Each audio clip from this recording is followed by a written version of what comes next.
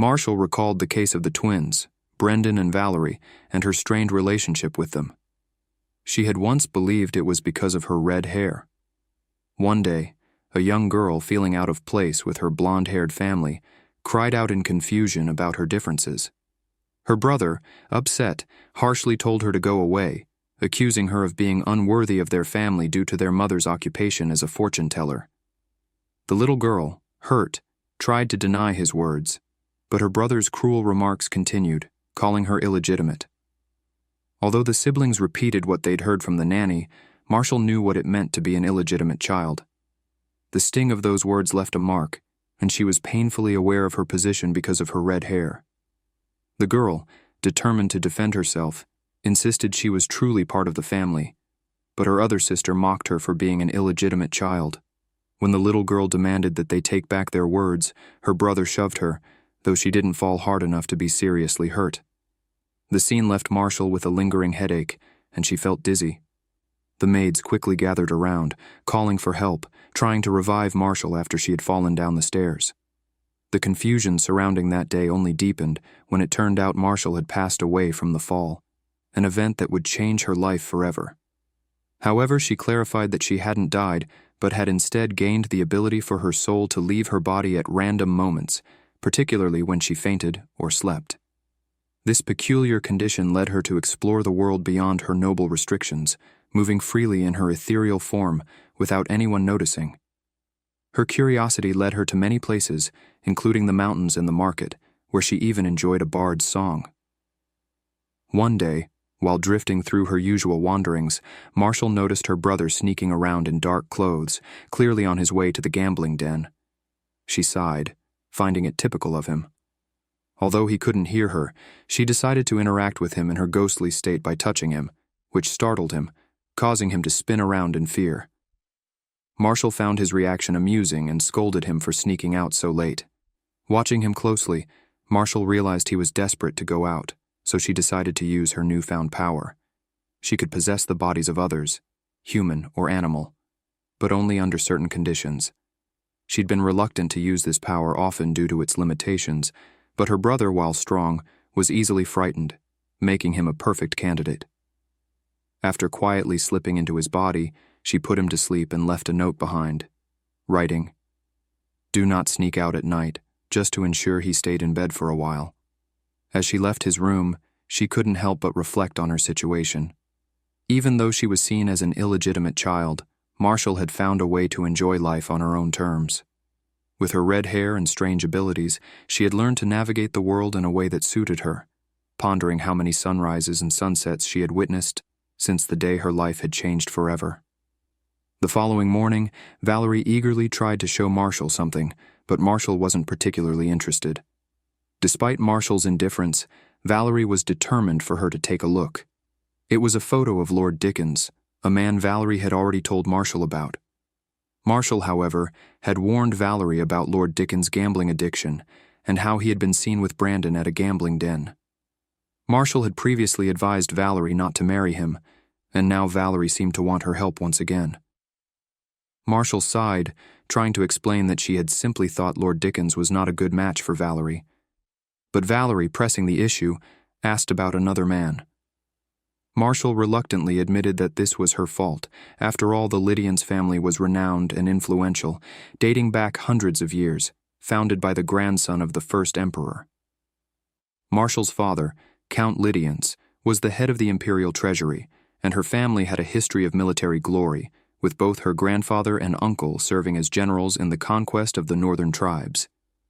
Still, Marshall knew how complex these matters could be. When Valerie turned 22, she had fallen in love with the eldest son of a marquis, and they were preparing for marriage. But 2 months ago, something happened. Marshall had come to visit them, hoping to find something of interest.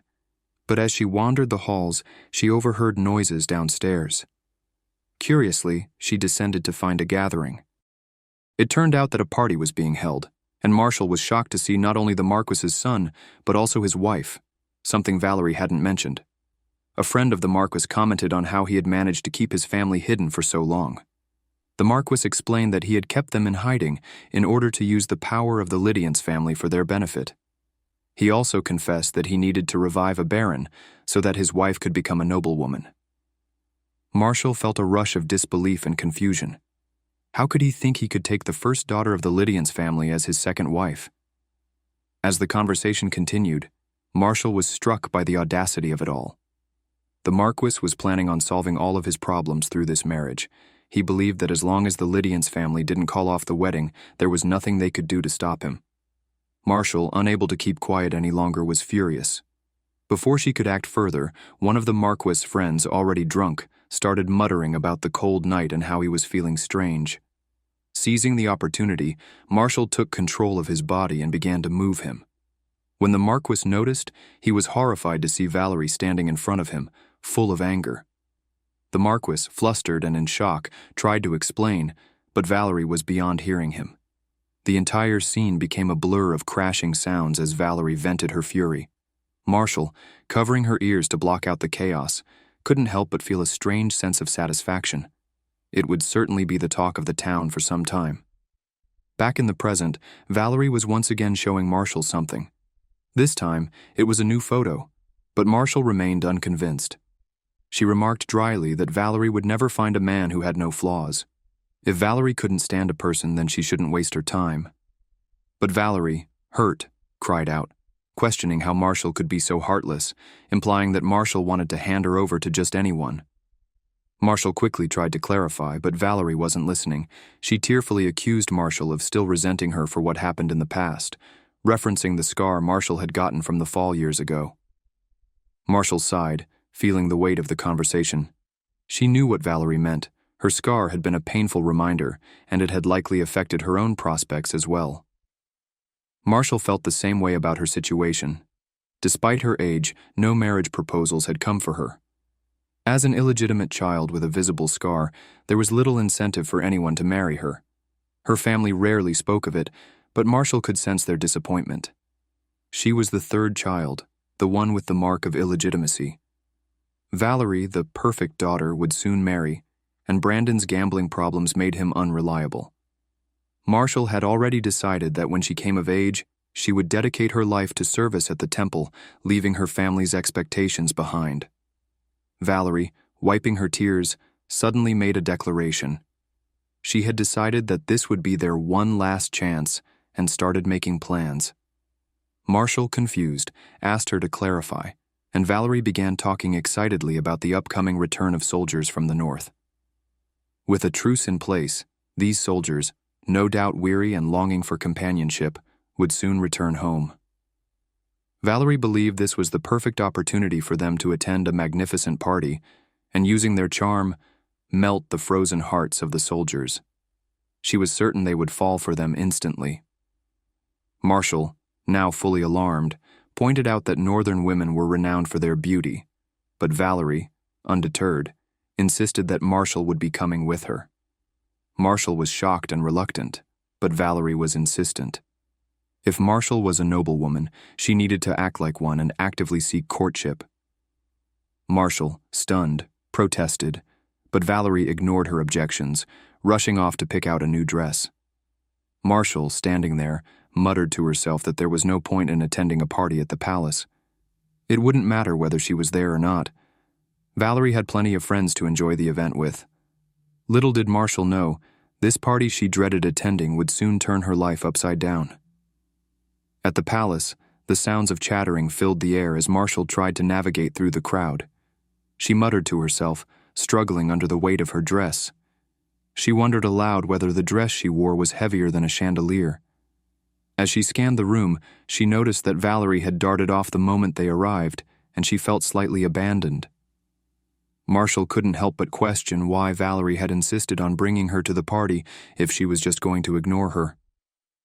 At least, Marshall thought, the food looked promising. But she reminded herself not to eat too much. After all, she was stuck in this dress.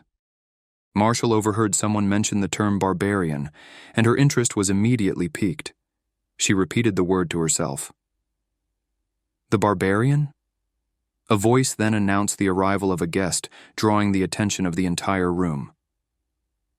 The promised princess, the announcer declared, Her Royal Highness, Princess Sasha von Dufay. Marshall's mind began to race as she recalled what she had heard about the princess. Sash was a figure who had played a crucial role in ending a long war, a war that had devastated her country, the land of snow and ice. Despite being branded a barbarian by her enemies and a traitor by some of her allies, Sashay had extended a hand of peace to all without discrimination. Marshall also recalled that the princess was about her age, which made her curious about what Sashay might look like. Then, the voice of the princess herself rang out. "Good evening, nobles of the Empire. I am Princess Sashay von Dufay, the royal princess from the land of snow and ice." Marshall couldn't help but admire how neutral Sashay's accent sounded, which she assumed had taken considerable effort, given the differences in pronunciation between the northern and southern dialects. Marshall noted that the announcer had also introduced another guest of honor, Duke Tamex Ludvillian, the second guest. He was noted for his role in leading the Imperial Army through the north. Marshall remembered hearing that under Duke Tamex's command, the forces had suffered the fewest casualties. His reputation as the Empire's ice wall was well known, and it seemed fitting given the role he had played in the war. Marshall reflected that it was odd seeing two former enemies now standing side by side. The sight of them made her realize just how much had changed. There was no more war. Suddenly the crowd shifted, and Marshall was jostled as someone pushed past her. She yelped, nearly losing her balance in the sea of people. She was about to fall when someone unexpectedly touched her from behind. Annoyed, she turned and fumed to herself about the shamelessness of whoever had done it. When she glanced back, she saw that it was none other than Duke Tamex himself, who had glanced at her without saying a word. Feeling indignant, Marshall thought to herself that she was the victim in this situation. But before she could process the moment, she was pushed from behind again and tumbled to the ground. As she fell, a cup of juice spilled across her, and the entire room seemed to erupt into whispers and laughter. Marshall was certain that everyone would gossip about her, saying that, as the illegitimate child, she had no manners and had clumsily rushed to see the princess, only to embarrass herself in front of everyone. The humiliation stung, and she feared that her reputation would be forever tarnished. Just as she began to feel the full weight of the situation, Princess Sash approached her, offering an apology. Sash expressed regret for causing the commotion and said that it seemed to have disturbed Marshall. Marshall, still flustered, reassured Sashi that she was fine and politely accepted a handkerchief offered by the princess. Sashi, with a slight smile, remarked that it was fortunate Marshall had red hair because the tomato sauce stain was noticeable and wouldn't be easily hidden. She suggested that Marshall wash off the stain, adding that it would be difficult to conceal the smell. Marshall, still in disbelief, managed to force a laugh and said her goodbyes. Sash moved on with the crowd, leaving Marshall still kneeling on the floor. Marshall could only reflect on the absurdity of it all. What just happened? She thought, feeling humiliated. She groaned inwardly, dreading the next 4 days of the party. She would rather die than endure this ordeal any longer. After returning home from the party, Marshall went straight to her bed feeling utterly deflated. She muttered to herself about how she had left the event looking like a mess, but then quickly dismissed the thought. No one cared anyway, she thought bitterly. She also complained about the discomfort of her room, wondering why they couldn't have given her one of the many guest rooms in the palace. Valerie, however, soon appeared at her door. "Marshall," Valerie called, noticing her already lying down. Marshall inwardly grumbled about the situation. Valerie and Brandon each had their own rooms, but she was stuck in this uncomfortable space. Valerie, seemingly unaware of Marshall's frustration, asked if she was asleep. Marshall, half laughing at her own situation, muttered under her breath, "I suppose an illegitimate child isn't a welcome guest." Suddenly Marshall's thoughts wandered. It felt as though her soul was leaving her body, and she realized that she had no idea where she was or how to navigate the vast palace. She cursed her lack of knowledge about the place, as she couldn't just ask someone for directions. If she didn't return to her body soon, Valerie would surely yell at her for sleeping in. She decided to explore the palace, figuring she would wander around for a bit. She knew that the important guests were assigned to the 3rd and 4th floors, and her curiosity was piqued. As she moved toward the floor, she couldn't help but wonder who was staying there. She reached a large area but quickly realized it wasn't a bedroom. The space between the floors was expansive, and it seemed more like a hidden or secret area, possibly built for protection in case of an attack. How large is this palace? She thought, her mind racing. Then, as she continued down the hall, something unexpected happened. She felt a strange sensation on her feet. What was that just now? Did someone just touch me? She wondered, her heart racing. She normally didn't feel much in her current state, even when she made contact with others. But this was different. Was someone in the bath nearby? Or had it all been her imagination? She shook off the feeling, but her curiosity about the space grew stronger. The rooms here were at least twice as large as her own. The only odd thing she noticed was an old bag sitting in the corner, catching her attention. To her surprise, there was something sparkling inside the bag. She leaned in to take a closer look. "A doll?" she murmured, noticing the golden fur and blue eyes. The doll looked strikingly similar to the people of the Empire.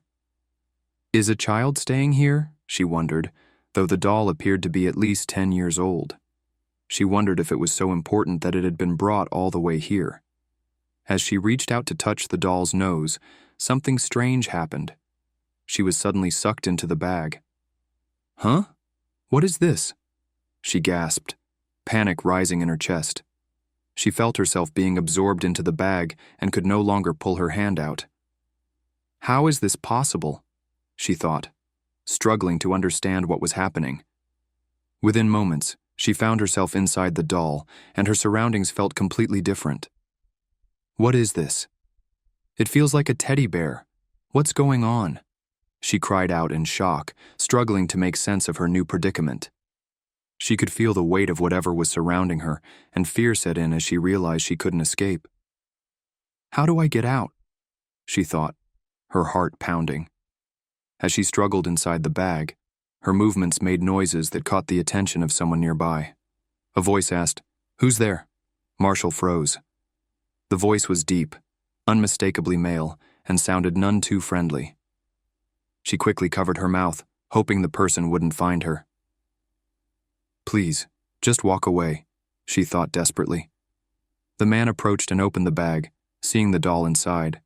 His expression was curious, but unfazed. Well, who would have thought, he murmured, clearly intrigued. He inspected the doll, then shrugged and muttered, perhaps it was a mouse. Marshall's mind was racing, still trying to make sense of what was happening, but her confusion only deepened when the man spoke again. Is this my precious teddy bear? He mused aloud. And then Marshall's mind went completely blank as she realized who this man was. The voice that had sounded so cold and indifferent belonged to none other than the hero of the Northern War, known as the Empire's Ice Wall, Duke Tamex Ledvillian. Duke Tamex had turned around and walked away. Marshall had nearly screamed, fearing he had been caught. He thought about what could have happened if Tamex had discovered him. The possibility of being torn to pieces sent a chill through his mind. He also realized that any wrong move, like ripping the seams of the teddy bear, could affect his actual body, which terrified him. Initially, Marshall had believed he could conquer the world with his unique ability to possess beings, but he soon found out it wasn't so simple. Possessing humans proved to be far too difficult, especially those in good physical condition. It seemed to only work on the timid, those scared of ghosts, or people who were drunk and not fully in their right minds. Animals were easier targets, though there was one terrifying experience when he had possessed a rabbit and nearly been killed by a wolf. Marshall recalled that his possession ability never lasted more than 3 hours, and at first, he had considered it useless. But then he discovered the possibility of possessing inanimate objects, a revelation that made him reconsider the potential of his powers. He felt that this might be useful in the future, but for now, he just needed to get out of the situation safely, reminding himself that it would be just another day. As Tamex approached his bag, Marshall wondered why he was back. Tamex pulled out the teddy bear, and Marshall, still stuck inside it, was baffled by his actions. Tamex muttered something about the wind, but Marshall couldn't understand what he meant. Tamex then seemed to reflect on the war that had ended a month ago, expressing how he still felt tense and almost foolish for it. speaking to the teddy bear as though it were a confidant. Marshall, observing Tamex more closely now, couldn't help but notice how beautiful the man looked. His long silver hair and watery blue eyes were striking, and it was almost hard to believe this was the same person who had seemed so upset and in the wrong earlier. It was unbelievable. Tamex placed the teddy bear gently on the bed and closed the door behind him. Marshall briefly considered making a run for it, but then quickly dismissed the idea. With his short legs, there was no way he could escape undetected. It seemed safer to wait a bit longer, although he worried that if he were caught, Tamex might destroy the teddy bear. Marshall watched as Tamex changed clothes, grabbed a candle, and walked over to his bed. He lay down beside the teddy bear and began reading a book. Marshall reminded himself that as a doll, he didn't need to breathe or blink, even though staying still for so long felt tiresome. He could manage it, though. Time passed as Tamex continued to read, and eventually, he closed the book and blew out the candle. It seemed that Tamex was finally going to sleep. Marshall, lying in the dark, lost track of time. He wasn't sure how long it had been. Half an hour? An hour? It was too dark to see anything, and he couldn't imagine sleeping in such complete darkness.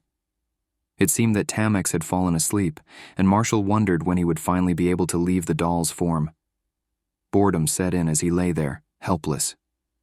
Just as he was thinking he should be able to see a little better by now, he realized that he still couldn't see anything.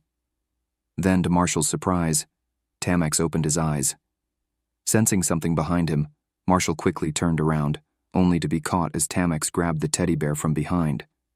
Tamex had apparently known all along.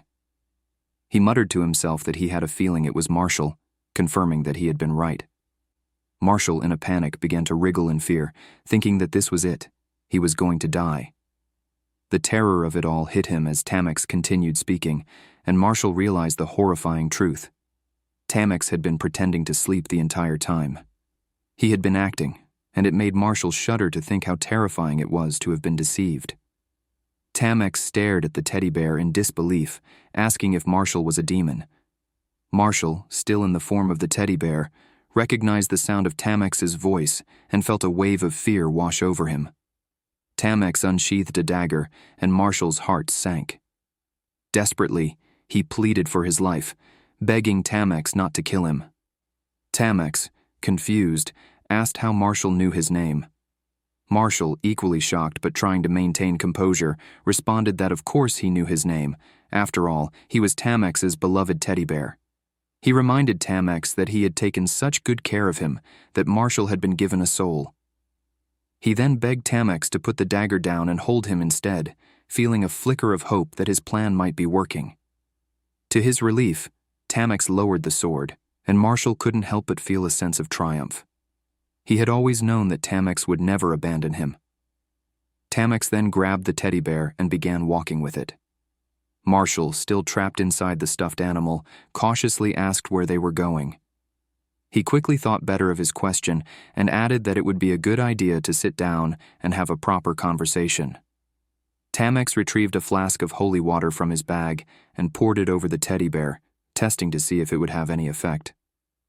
Marshall, growing more frustrated, shouted that holy water wouldn't work because he wasn't a demon.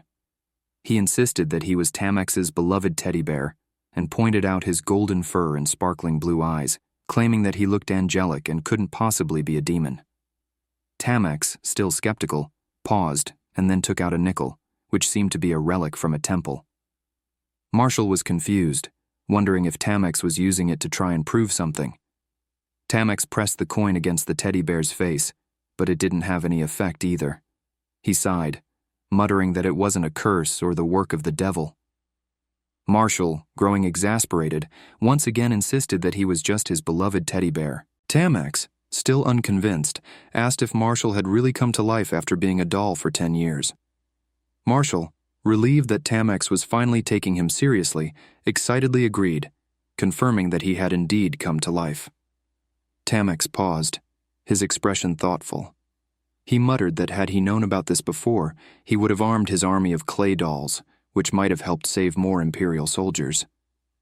Then, he questioned why Marshall had remained silent for so long, especially since he must have known Tamex's name for a while now. Marshall, slightly embarrassed, explained that he had been in a deep slumber inside the teddy bear. He confessed that he hadn't been able to wake up until Tamex showed him enough love. He added that Tamex's gentle words and warm hugs had lulled him to sleep for so long. Marshall then asked if they were friends, hoping Tamex would embrace him and accept him as more than just a doll. Tamex simply stared at the teddy bear for a long moment, as if processing the information. Marshall, feeling awkward, thought that it might be a good idea to stop questioning Tamex and simply be held. He wished that Tamex would smile and either hold him or go back to sleep, as they had a party to attend the next day. Suddenly, Tamex opened the window, and Marshall realized, too late, what was happening. Tamex seemed about to throw him out. Panicking, Marshall cried out, horrified that Tamex would dispose of him so easily. Tamex, however, calmly stated that he didn't believe Marshall's story. Even if he was telling the truth, Tamex insisted that he couldn't keep such a strange doll. Marshall, now desperate, reminded Tamex that they were on the 4th floor. Throwing him out of the window could be deadly. But Tamex, seemingly unconcerned, let go of the teddy bear, and Marshall screamed as he felt himself fall. "Tamex!" he shouted, cursing the cold-hearted man who had abandoned him. Suddenly, Marshall jolted awake, gasping for air. He was terrified for a moment, wondering if he had died and was now a ghost. But then he realized that he was perfectly fine, and the terrifying scene with Tamex must have been a dream. He tried to calm his racing heart, feeling a sense of relief.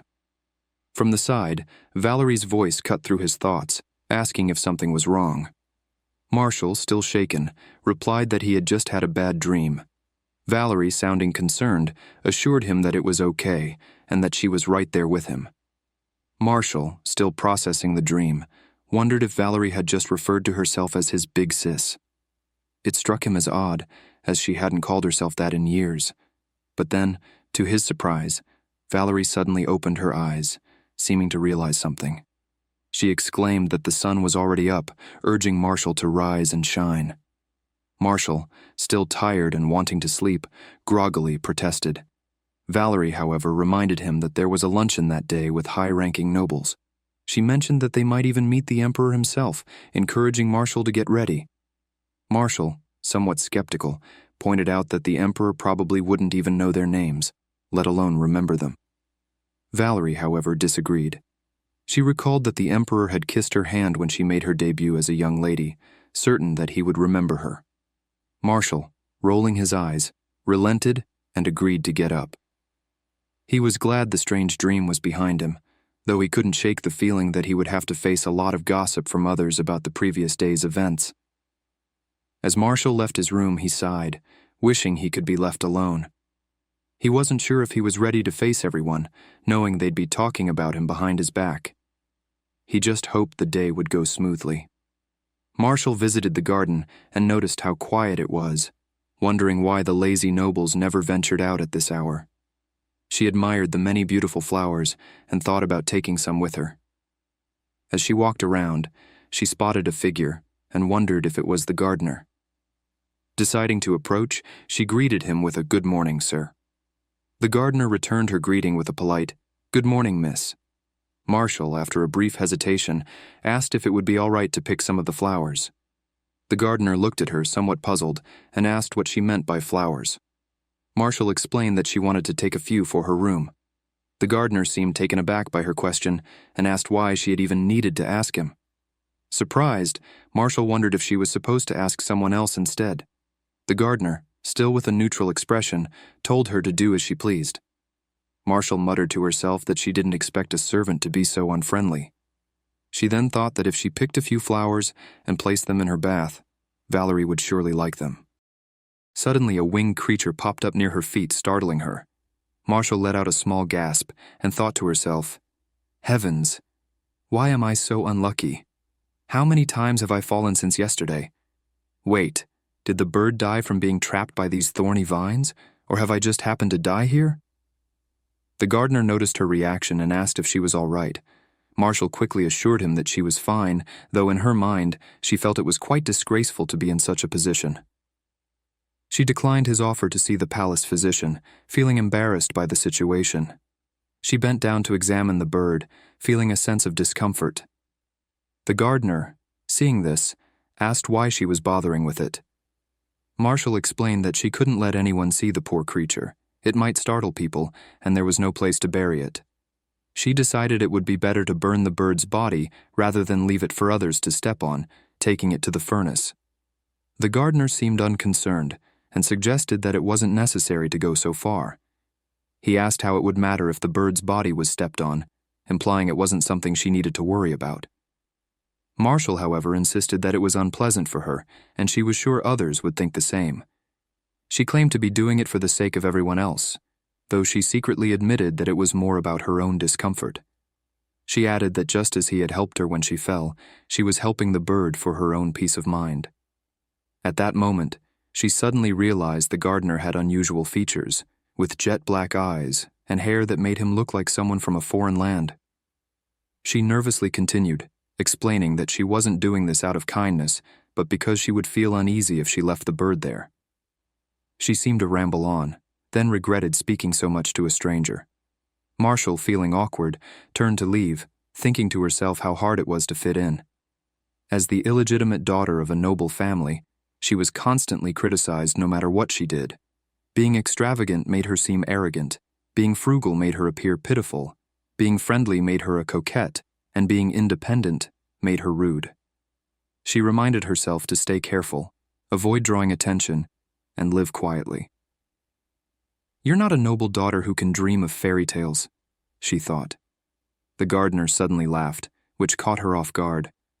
Marshall looked back at him in confusion, unsure why he was laughing. He explained with a chuckle that he hadn't realized she was such an interesting person. He then asked for her name.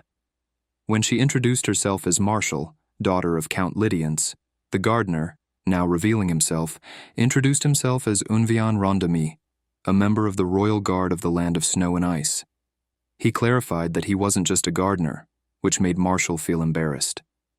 She apologized for her mistake, realizing her assumption about his status had been wrong. Unvian reassured her that it was an amusing misunderstanding, and Marshall felt relieved by his easygoing response.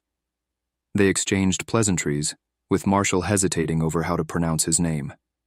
Unvian corrected her when she stumbled over the unfamiliar sounds, explaining that his name was Unvian Rondami, and laughing at her struggles.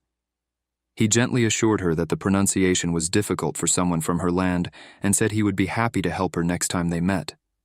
Marshall, grateful for his understanding, mentioned that she would love to learn the language of the land of snow and ice to avoid making the same mistake in the future.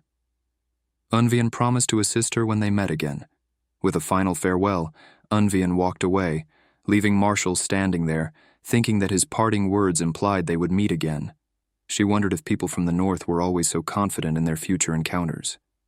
At the Emperor's luncheon, Valerie admonished Brandon to sit properly, reminding him that they were in the presence of His Majesty the Emperor. She urged him to show some decency. Their father, however, reassured them, telling his children not to be nervous. He acknowledged the importance of the occasion but emphasized that this luncheon was to celebrate the truce, and they should be grateful for the peace that had been bestowed upon them. He did, however, caution that while they shouldn't act improperly, they should remember the purpose of the event. Marshall, observing the gathering, thought to herself that with all the invited families present, it truly felt like a grand and formal event held by the Emperor. Her mother, noticing the tension, tried to ease the atmosphere. She suggested that the three children should simply behave with dignity as they always did. Marshall, however, couldn't help but think that if they behaved too properly, it might tarnish the great Lydiance family name. Then, her mother gently inquired about the incident from the previous night, asking if Marshall had been hurt after falling at the party. She expressed regret that she hadn't been there for her daughter, admitting she'd been busy talking with the other wives in the drawing room and only learned about what happened later. She wanted to know if Marshall had sustained any injuries. Marshall assured her that she was completely fine. Valerie, also concerned, apologized for not being there to help. Marshall, feeling guilty for their kindness, reassured her stepmother that she was all right. She reflected on how different her own stepmother was from those in stories, who were often cruel to their stepchildren. In reality, Countess Valerie treated her like her own daughter, brushing her hair and even putting her to sleep until she was 6, which made Marshall feel even more guilty. Their father, hearing about the fall, became protective, and immediately asked if someone had pushed her. He promised to take action if someone had humiliated her. Marshall quickly clarified that she had simply been swept away by the crowd when she tried to see the princess. Her father, still concerned, asked if she had been able to speak with the princess. Marshall confirmed that the princess had offered her a hand when she fell, and even lent her a handkerchief. Brandon, clearly curious, asked if something else had occurred between Marshall and the princess. Marshall assured him nothing had happened. However, Brandon didn't believe her, pointing out that her face said otherwise. Marshall, exasperated, replied that her face had always looked that way. Valerie, sensing the tension, quickly kicked Brandon under the table, but when he questioned her, she feigned innocence. Their father, growing tired of the bickering, ordered them to stop and focus on their food, as he had been summoned by His Majesty and would return soon. Marshall, deep in thought, recalled hearing that the Emperor and her late uncle had been close friends, and the Emperor had always treated her father like a brother. It became clear that her father's summons during the luncheon was a sign of this special relationship, though Marshall remained unsure of all the details. A maid arrived, announcing that His Majesty had summoned Marshall. She was surprised to hear that it was her, not Valerie, who was being called. As she turned around, she saw the Emperor waving at her, which only confused her more. Brandon, knowing she disliked being the center of attention, suggested he accompany her, assuring her he would return once they got there. Marshall, irritated, rejected the offer, telling him she was not a child. Marshall then greeted the Emperor, addressing him as the son of the Empire. His Majesty, impressed by her etiquette, remarked that she had excellent manners and that she seemed very much like her father in her composed demeanor. Marshall, feeling flattered, acknowledged his praise. The Emperor then explained that he had summoned her because he had heard something unpleasant had happened to her the previous night. He mentioned that she might be upset due to Princess Sash's carelessness and asked if she had been injured. Marshall quickly responded that she was perfectly fine and that the incident had been entirely her own fault. She suggested that it would be best not to speak of it too freely, as the princess was present. Princess Sashes, who had been listening, expressed relief that Marshall was all right, as she had looked upset the night before and assumed she was angry. Marshall, slightly confused, recalled the princess's earlier words. She apologized to the princess, explaining that her face might have given the wrong impression, but in reality, it had been her own carelessness. She had been distracted by the food at the time. To her surprise, the princess reacted with surprise, asking if food had been the cause of Marshall's distraction. She teasingly asked if Marshall had been looking at Duke Ludvillian instead. Marshall, now understanding the situation, realized that the princess might be trying to cause trouble by implying something inappropriate. Princess Sashes then backpedaled, apologizing if she had been rude. Marshall, however, was still perplexed, wondering if the princess had forgotten what had actually happened. Just then, Unvian arrived, apologizing for the misunderstanding. He explained that he had met Marshall only for the first time the night before and that they had accidentally bumped into each other in the crowd. He clarified that they had made eye contact only because they had both been apologizing. Marshall, trying to keep a straight face, thought to herself that it was strange for people from the north to apologize in such a manner, especially by touching someone's bottom. Unvian continued, confirming that they had apologized to each other, and Marshall reluctantly agreed. She then deflected the conversation, suggesting that the crowd's enthusiasm to see the princess had contributed to the confusion. The Emperor, amused by her response, praised her wit. Just as Marshall was feeling a bit more at ease, her father called her name, which made her tense up. She thought to herself that no matter what, she would never do anything to disgrace her family's name. She was acutely aware of her position and knew she had to be careful, always keeping her actions in line with the family's reputation. In a world filled with hardship, the story of a beautiful woman and a handsome man unfolded. Despite the adversity they faced, they eventually fell in love and lived happily ever after. Though it seemed cliché, the romance provided a sense of hope. However, the narrator couldn't help but wonder if their own struggles would ever lead to such a happy conclusion. If only they could be certain that happiness awaited them at the end of their hardships, they might find the strength to persevere. Meanwhile, a teddy bear was running, who had been at a dinner party, remembered retreating to his room and falling asleep shortly after. In the midst of his rest, he became aware of a cat chasing the teddy bear. Marshall couldn't understand why he had woken up in the form of this teddy bear and desperately tried to get away from the cat, to no avail. The cat pounced, and Marshall struggled. Marshall's thoughts were clouded by the situation, realizing that this was far from the romantic tales he wished for. In a brief moment of desperation, he called out to God, wondering if the divine might listen to him. He speculated that all of this chaos had started due to Tamex, a devout believer, and asked that God share some of Tamex's blessings with him as well. At that moment, the teddy bear managed to punch the cat in the face and scurry away, feeling a small triumph despite its cotton-filled form.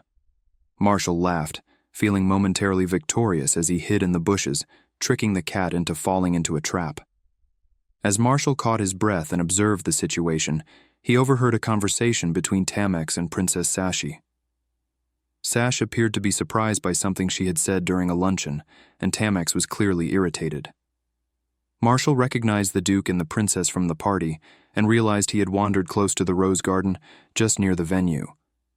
Sashi seemed to be defending herself, claiming that she had only been trying to help Tamex, believing he would appreciate it.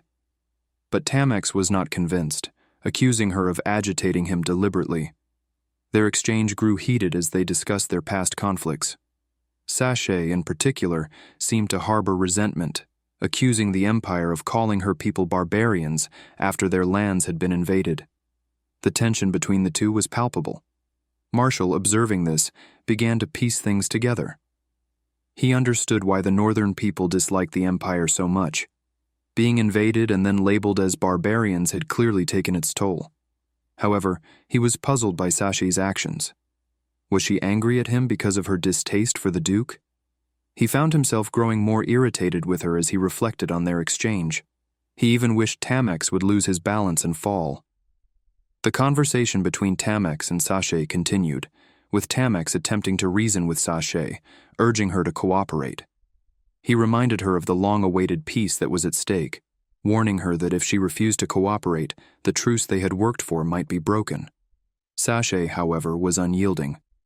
She shot back that the invaders were Tamex's people, not hers, and that she had no obligation to cooperate. With that, she left, leaving Tamex fuming. Marshall, still reflecting on the situation, found himself more and more at odds with Princess Sashi. He could understand the frustration of the northern people, but the princess's words only deepened his disdain. He couldn't help but wish for Tamex to lose his composure, and he muttered his frustration to himself. Suddenly, the cat returned, and Marshall's shock was evident. He once again screamed at the cat to stay away, but he found himself trapped by thorny vines, helpless as the cat continued to pursue him. Just as Marshall struggled, he heard Tamex's voice, demanding to know who was there and what was going on. The tension in the air was thick, and Marshall, now caught in an uncomfortable predicament, had no choice but to face whatever came next.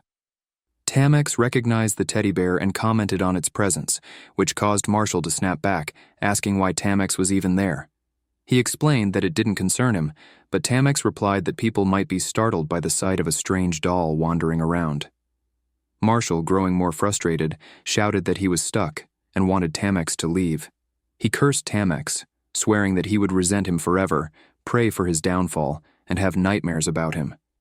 He also criticized Tamex for making such a big deal about him speaking, especially since they'd lived together for 10 years. Tamex glanced around, telling Marshall that he was being too loud. Marshall couldn't understand why Tamex seemed to be seeking revenge on a teddy bear, especially one that was shouting. Tamex then used his sword to free Marshall from the thorny vines, commenting that Marshall looked awful. He suggested that the teddy bear go find a new owner, especially since he could now speak. Marshall, feeling a mix of indignation and confusion, responded that no one would want a broken doll like him, and reminded Tamex that it was he who had thrown him away in the first place. Tamex, however, surprised him by saying that he would take Marshall with him, claiming he might have nightmares if he left him alone. Marshall, though still bewildered, thought it was at least better than being chased by a cat. Later, Tamex began washing the teddy bear roughly, and Marshall cried out for help, feeling the harshness of the treatment. Tamex finished washing him and casually asked why Marshall needed help, stating that dolls didn't need to breathe. Marshall, in frustration, explained that while he knew he didn't need to breathe, he disliked being in the water and felt heavy. As the teddy bear struggled to get out of the pool, Tamex picked him up and threw him aside, telling him to get out of the way as he needed to bathe and that his clothes were wet because of him. Marshall, feeling embarrassed, ran outside, briefly stopping to look at the footprints he left behind. He realized the prints didn't look like bear tracks and began to wonder about his real body. He recalled a time when he had been injured as a rabbit and survived even after falling from the 4th floor, thinking that perhaps his real body would be unaffected if his cotton arms or legs were torn. He even considered whether falling asleep might allow him to return to his true form. Tamex came out and called to Marshall, who was still lost in thought. Marshall, irritated, asked why Tamex kept calling him, and Tamex, concerned, asked what he was doing. Marshall, trying to sleep, responded that he was just trying to rest, though he was unsure if he could due to the cotton filling of the teddy bear's brain.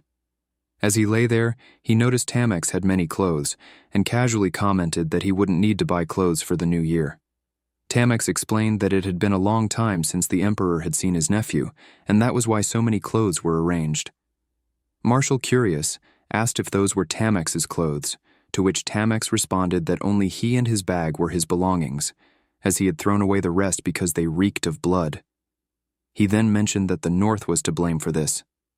Marshall, confused, asked why Tamex had taken him back. Tamex responded vaguely, asking if Marshall meant the battlefield or the garden, and then dismissed the question. Marshall decided to drop it, thinking that Tamex probably needed something to do while he was asleep, but he refused to learn more about him. Tamex, however, reminded Marshall that he was still wet and couldn't leave until he dealt with the cotton sticking out of the teddy bear. Marshall, feeling uncomfortable, asked him to stop grabbing him like that, but Tamex ignored the request, stating that he didn't have any threads that matched the color of Marshall's fur. Marshall protested, saying he didn't know how to sew, and the idea of a teddy bear sewing was absurd. Tamex, however, insisted that Marshall come closer, revealing that he knew how to sew, since as a soldier it was a skill he had learned. He then pointed out that he had been the one taking care of Marshall all this time. Marshall, feeling a strange mix of gratitude and annoyance, remarked that Tamex must cherish him very much. Tamex quickly told him to shut up, and Marshall, still puzzled, asked if his name was Belle. Tamex denied it, explaining that Belle was his younger sister, who had given the teddy bear to him 10 years ago as a wish for his safety before he left for the battlefield. Marshall, now understanding, reflected on the fact that Tamex had kept his sister's doll for so many years. He felt a bit envious of their close bond, though he didn't have a bad relationship with his own siblings. Still, he couldn't help but ask if Tamex and Belle had been close. Tamex replied that they had been, but when Marshall pressed him about the present, Tamex's response was cold. "She's no longer here." Marshall, understanding the depth of Tamex's loss, realized that even though Tamex's voice remained emotionless, it betrayed a deep pain. Marshall felt a kinship with Tamex, sensing the shared loneliness between them, and despite the bizarre situation, he understood why Tamex might not want to talk about it. The priest explained that the purpose behind their actions was to confirm the truth. He pointed out that when evil pagans create voodoo dolls, they often insert rice and animal bones into the dolls' stomachs, so they were simply checking to see if similar things were hidden inside the teddy bear. Marshall, though she understood their reasoning, was still angry. She also felt suspicious, and with the same logic, she wondered if the priest's stomach should be opened for inspection too. The priest was taken aback when he heard what the teddy bear said. He didn't like the way the teddy bear was lying on the Bible, feeling sure that the bear itself was evil. Marshall's anger only deepened, especially because the priest had torn pages from the Bible earlier. Meanwhile, Tamex was trying to sew the teddy bear's stomach back together, but due to his movements, it was difficult for him to do so properly. The teddy bear slapped Tamex's hands when he touched the bottom of the doll, which seemed to amuse the priest, who joked that it must be Tamex's habit to touch bottoms. Tamex, clearly embarrassed, told Cecilian to shut up. The teddy bear then brought up an earlier incident where Tamex had touched a woman's bottom, but Tamex angrily denied it, refusing to acknowledge it in front of Marshall. Marshall was shocked by the conversation. She began to doubt whether Tamex was telling the truth, but the priest continued to tease him, suggesting that his habits might have led to such a misunderstanding.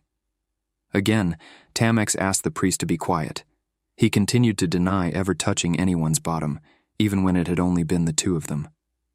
The priest, now sitting down to reflect, knew that the woman Tamex had supposedly touched was the daughter of Count Lydiance, and he couldn't imagine Tamex doing such a thing. The teddy bear, sensing the tension, nodded in agreement with the priest. The priest was also aware that Marshall rarely attended social events and preferred to stay out of the public eye. He and Tamex knew about the ice wall in the north, and Marshall was often referred to as the Ice Rose by high society, though Marshall seemed to dislike this nickname. Tamex commented that Marshall seemed frightening, and the Ice Rose title was a bit ridiculous for her. The priest agreed, saying that when Marshall looked at him, he felt like he might freeze to death. Marshall, curious, questioned what they meant by her being scary. She wondered if her face looked dull or unremarkable when she was angry. Tamex, however, was careful not to cross her path again. Earlier, he had glared at her as if he might kill her on the spot. Both Tamex and the priest noticed something and asked the teddy bear about the expression on Marshall's face. Marshall flinched, not understanding how long they had been staring at her. Tamex explained that whenever they spoke about something unpleasant involving her, she ended up looking like a dog needing to relieve itself.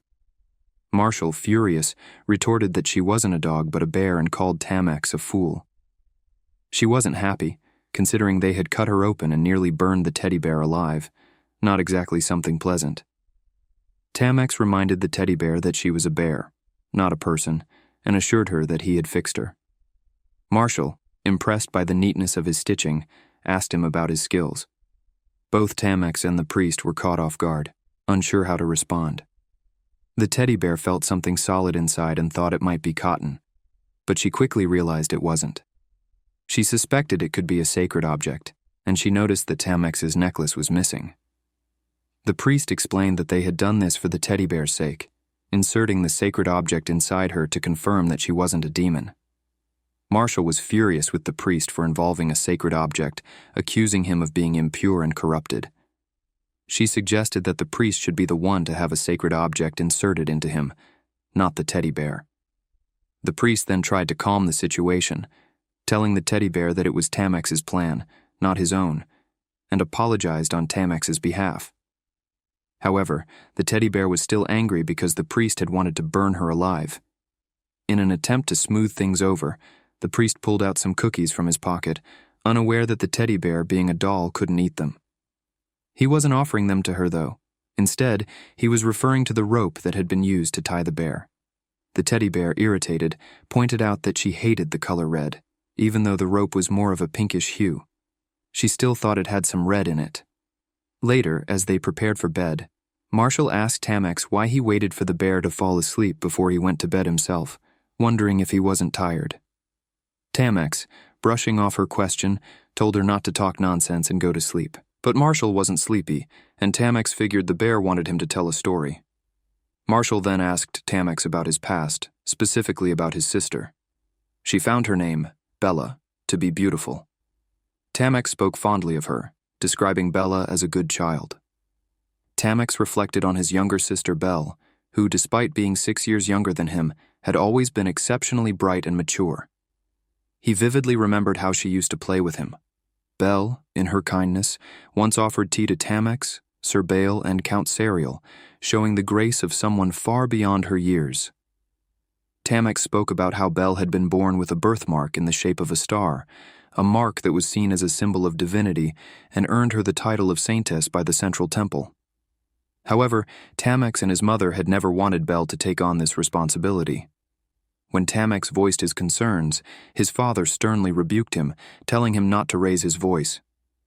The decision had already been made, and since Tamex was still a child, it was not for him to question the adults. His father instructed him to focus on his studies and mind his own business. Tamex had no choice but to obey, but he was deeply troubled. He couldn't understand how they could send a 4-year-old girl to the temple, where she would have to live under strict conditions, away from her family.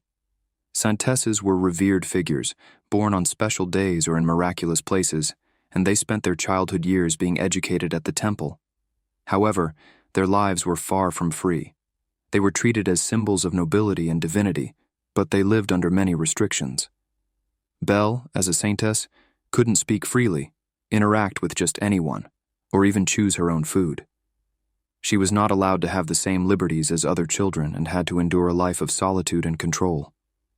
Tamex remembered how Belle would always smile brightly whenever she returned home, even though she spent most of her time at the temple from the age of 5 onward.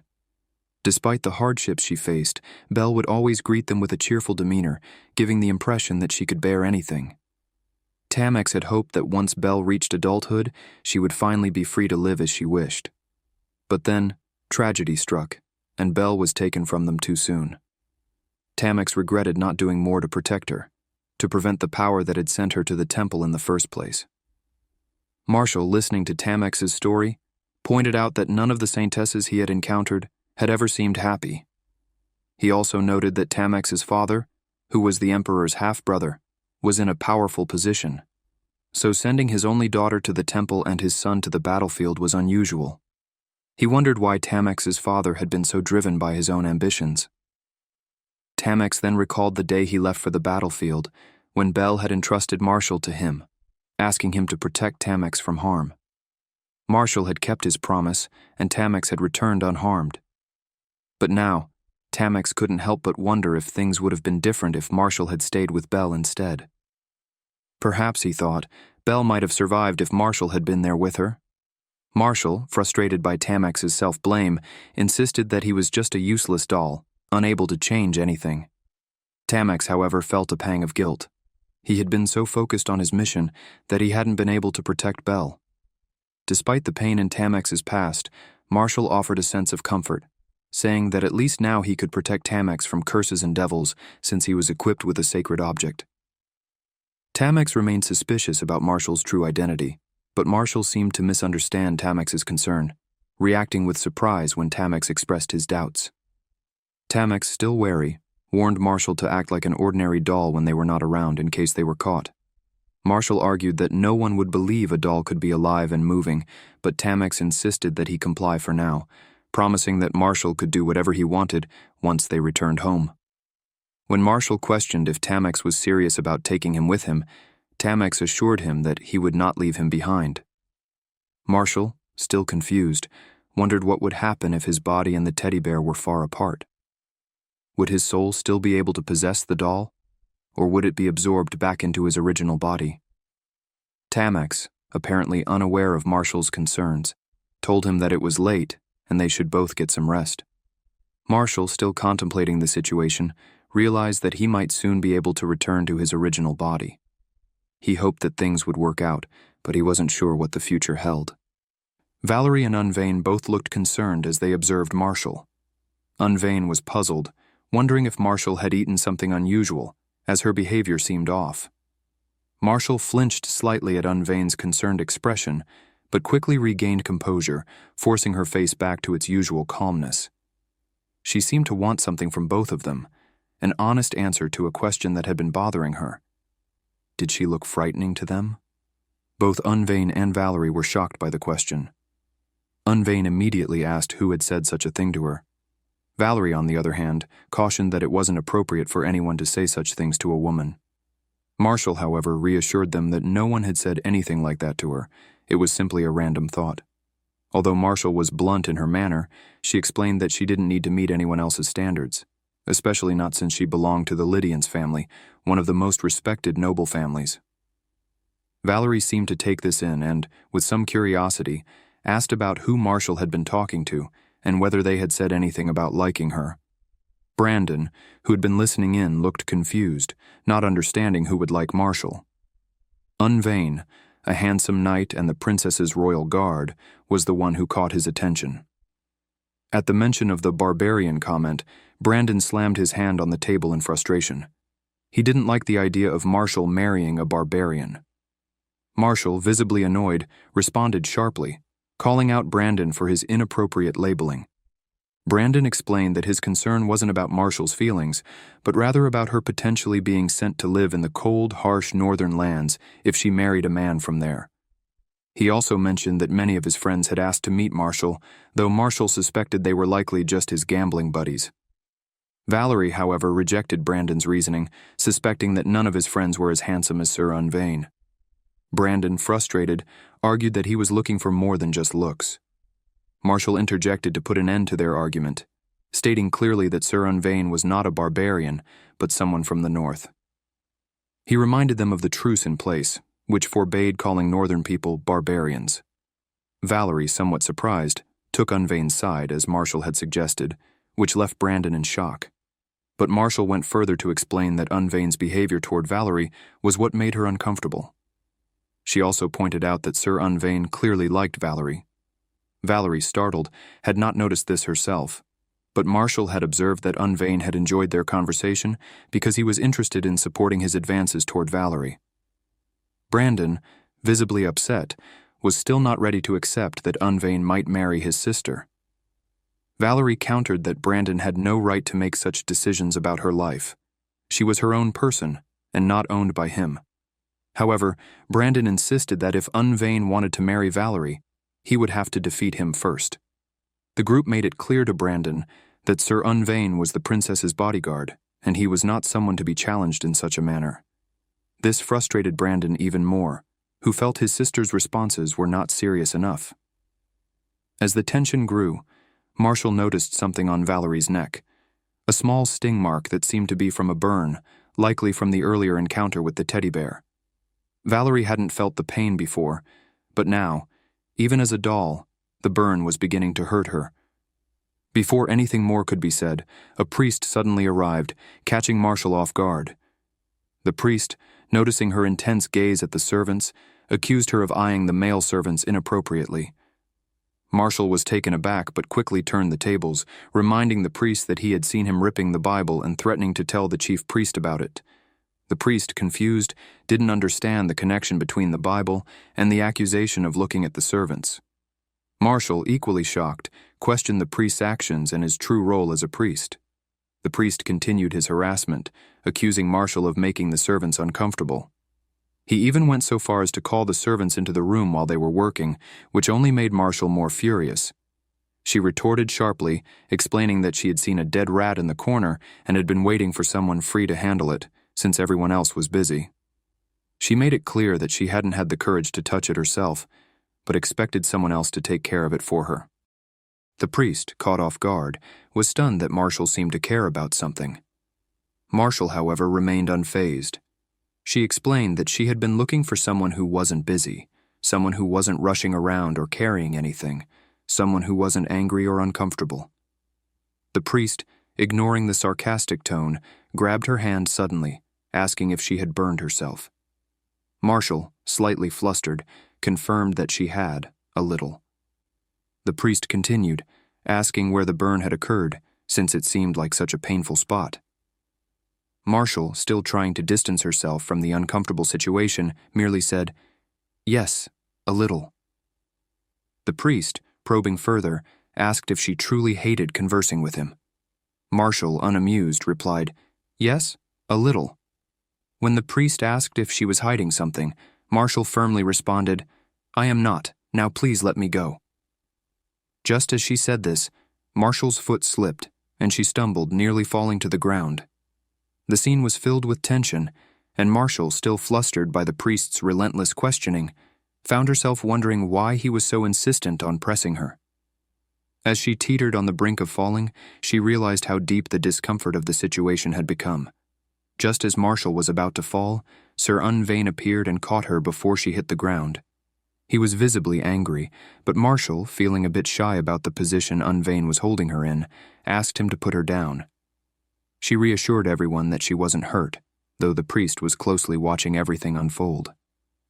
Unvain believed the situation was related to their earlier argument, but the priest dismissed it, insisting that it was a matter of the past, and that they were now discussing something else. The priest's disrespectful tone only further angered Unvain, who, in turn, was ready to retaliate in the same manner. Marshall, stunned by Unvain's reaction, felt as if she were seeing him in a new light, his anger making the atmosphere tense and uncomfortable. The situation quickly escalated, and Marshall, wanting to stop things from getting worse, overheard some of the maids gossiping about Unvain and the priest. They speculated about who Unvain was and wondered if the red-haired girl was the cause of the conflict. Marshall, scared of the growing tension and the judgment she feared, began to back away, fearing that people might start labeling her as an illegitimate child of the Lydians family with no manners. She turned and started walking away, her mind racing. Both the priest and Unvain were confused by her sudden change in behavior, and when they called out to her, she panicked and ran, leaving them questioning what had just happened. Before they could follow her, a voice called out to Unvain, stopping all three of them. It was Princess Sashay, who had been looking for Unvain. When she saw Marshall, she was curious about why she was standing there with the priest. Sash introduced herself to the priest, but the priest noticed Sash's expression shift, becoming noticeably cold. Sash had been calling for Unvain, but when he didn't respond, she thought he must have been busy. The priest, noticing this too, wondered why Unvain hadn't heard Sashay, though it seemed he wasn't busy at all. Sashay politely suggested they have tea together, but Unvain, seeming to have other matters to attend to, politely declined, apologizing. Sashay, however, wasn't offended and instead invited him to meet her in her room after his work. Marshall and the priest both recognized that Sashay's words didn't sound like a genuine apology, and after Sashay left, Marshall was about to speak but hesitated when she saw Sashay's cold expression. Marshall wondered why Sashay seemed to despise her. Unvain, concerned for Marshall's well-being, asked if she was all right, sensing that she was upset. Marshall, feeling unjustly hated for no reason, started blaming herself for even stepping out for a stroll. She told both of them not to argue on her behalf, as it pained her to hear them do so. The priest, noticing her reaction, speculated that she might have read that line somewhere. Marshall, a little embarrassed, admitted that she had indeed read it in a romance novel. Unvain, agreeing with her, reassured Marshall that he wasn't going to argue anymore. Marshall, relieved but still flustered, quickly clarified that she wasn't trying to stop the argument. It didn't bother her. She simply didn't want to be involved in their conflict and wished they would argue somewhere else away from her. They asked where she was going, but she didn't answer and ran off, determined to avoid becoming part of anyone's gossip. All she wanted was a quiet, simple life. However, in her haste, Marshall accidentally collided with someone, causing him to fall to the ground. She was left wondering how she had ended up in such a situation, feeling even more out of place than before. Marshall found herself in an unfortunate situation. After dealing with the priest and the princess earlier that day, she now had to attend a party, which was the last thing she wanted to do. All she had wanted was a peaceful meal, so she decided to find somewhere quiet in the sprawling palace. However, her peace was quickly interrupted when a man approached her from behind. The man greeted her with a mocking tone, calling her Miss Lydians and teasing her for hiding like a mouse. Marshall, trying to remain polite, responded with a formal, "Good evening, my lord," and asked what he was doing there. The man, however, continued to jest, commenting on how adorable she looked, but his tone quickly turned disapproving as he expressed disappointment in her expression. He reminded her that they had almost become family and questioned her attitude toward him. Marshall, irritated by his intrusive remarks, thought that he should mind his own business, but the man continued. He went on to say that while he didn't particularly care for her sister's personality, he found Marshall's red hair more to his liking, even suggesting that the color suited her arrogant face better than blonde would. Marshall, enraged by his rude comments, noted how shameless he was, especially considering he was married and had fabricated a fake marriage scheme. She decided to end the conversation, stating that her sister, Lady Valerie, was waiting for her. The man, however, had other plans. He insulted Valerie, calling her unworthy of being called a lady, and asked if Marshall truly hated conversing with him. Marshall, keeping her composure, replied with all due respect that they weren't close enough to even have a conversation. The man then pressed further, asking what else they were not allowed to do, but Marshall's patience was wearing thin. Turning to leave, Marshall was caught off guard when the man grabbed her by the shoulder. She winced in pain, demanding that he let her go, but he mocked her in return, calling her an illegitimate child and implying that she was only treated like a noble because her family pampered her. Marshall was terrified. She wanted desperately to escape but felt paralyzed by fear as the man continued to berate her, asking if she knew what people said about her red hair. Unknown to her, Tamex was hidden behind some trees, overhearing the conversation. The man taunted Marshall further, trying to intimidate her into submission. Marshall, shocked by his cruelty and bad attitude, wondered what she should do. The man, sensing her fear, feigned regret for his behavior, but Marshall could tell it was a manipulation. He suggested they go somewhere private, but she quickly tried to leave, claiming she had to go. The man, still taunting, revealed that Valerie was no longer his betrothed and tried to provoke Marshall by making disparaging remarks about her sister. He complained about how both Valerie and Marshall were arrogant women who played hard to get. He went on to insult Valerie, calling her a flirt and implying that women should obey their men, accusing Valerie of behaving like a prostitute for not being submissive.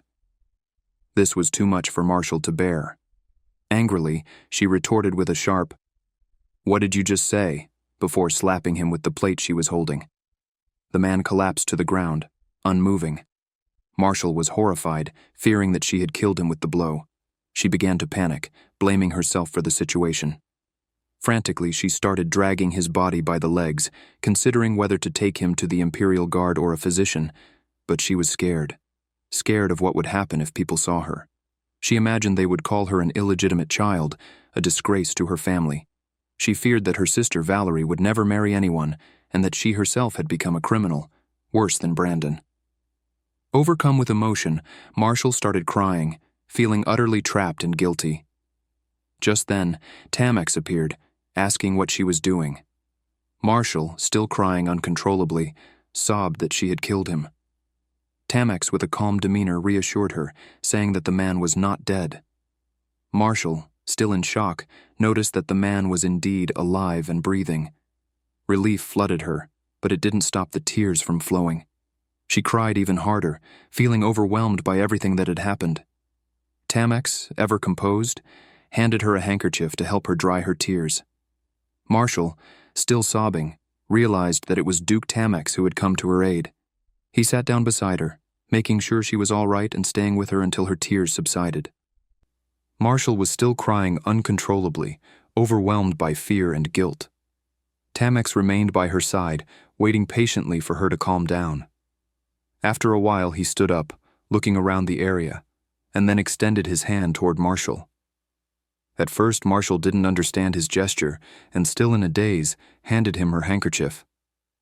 Tamex looked at the handkerchief with confusion before discarding it, then moved his hand back toward her again. It finally dawned on Marshall that Tamex wasn't asking for the handkerchief, he was simply offering to help her stand up. She hesitated for a moment, but eventually accepted his assistance and managed to get to her feet. Tamex assured her that the man she had hit would be fine. He explained that the man had been struck on the jaw with a plate, which had caused him to pass out, but he wasn't dead. Marshall had dragged the man a fair distance away from the scene, which could have worsened his injuries, but Tamex was confident the man would recover. Marshall, though still frightened, felt some relief, but her hiccups continued as she tried to regain her composure. Tamex noticed that she was still shaken and crying, but he turned away to take the unconscious man to a physician. Later that night, Marshall was summoned to meet with her father and the Majesty, as her actions had drawn the attention of the man's family. The man's father, the Marquis Baron, was furious and demanded an explanation for Marshall's behavior. The Majesty, understanding that there must have been a reason for the incident, tried to calm the situation by asking Marshall to explain why she had hit the man.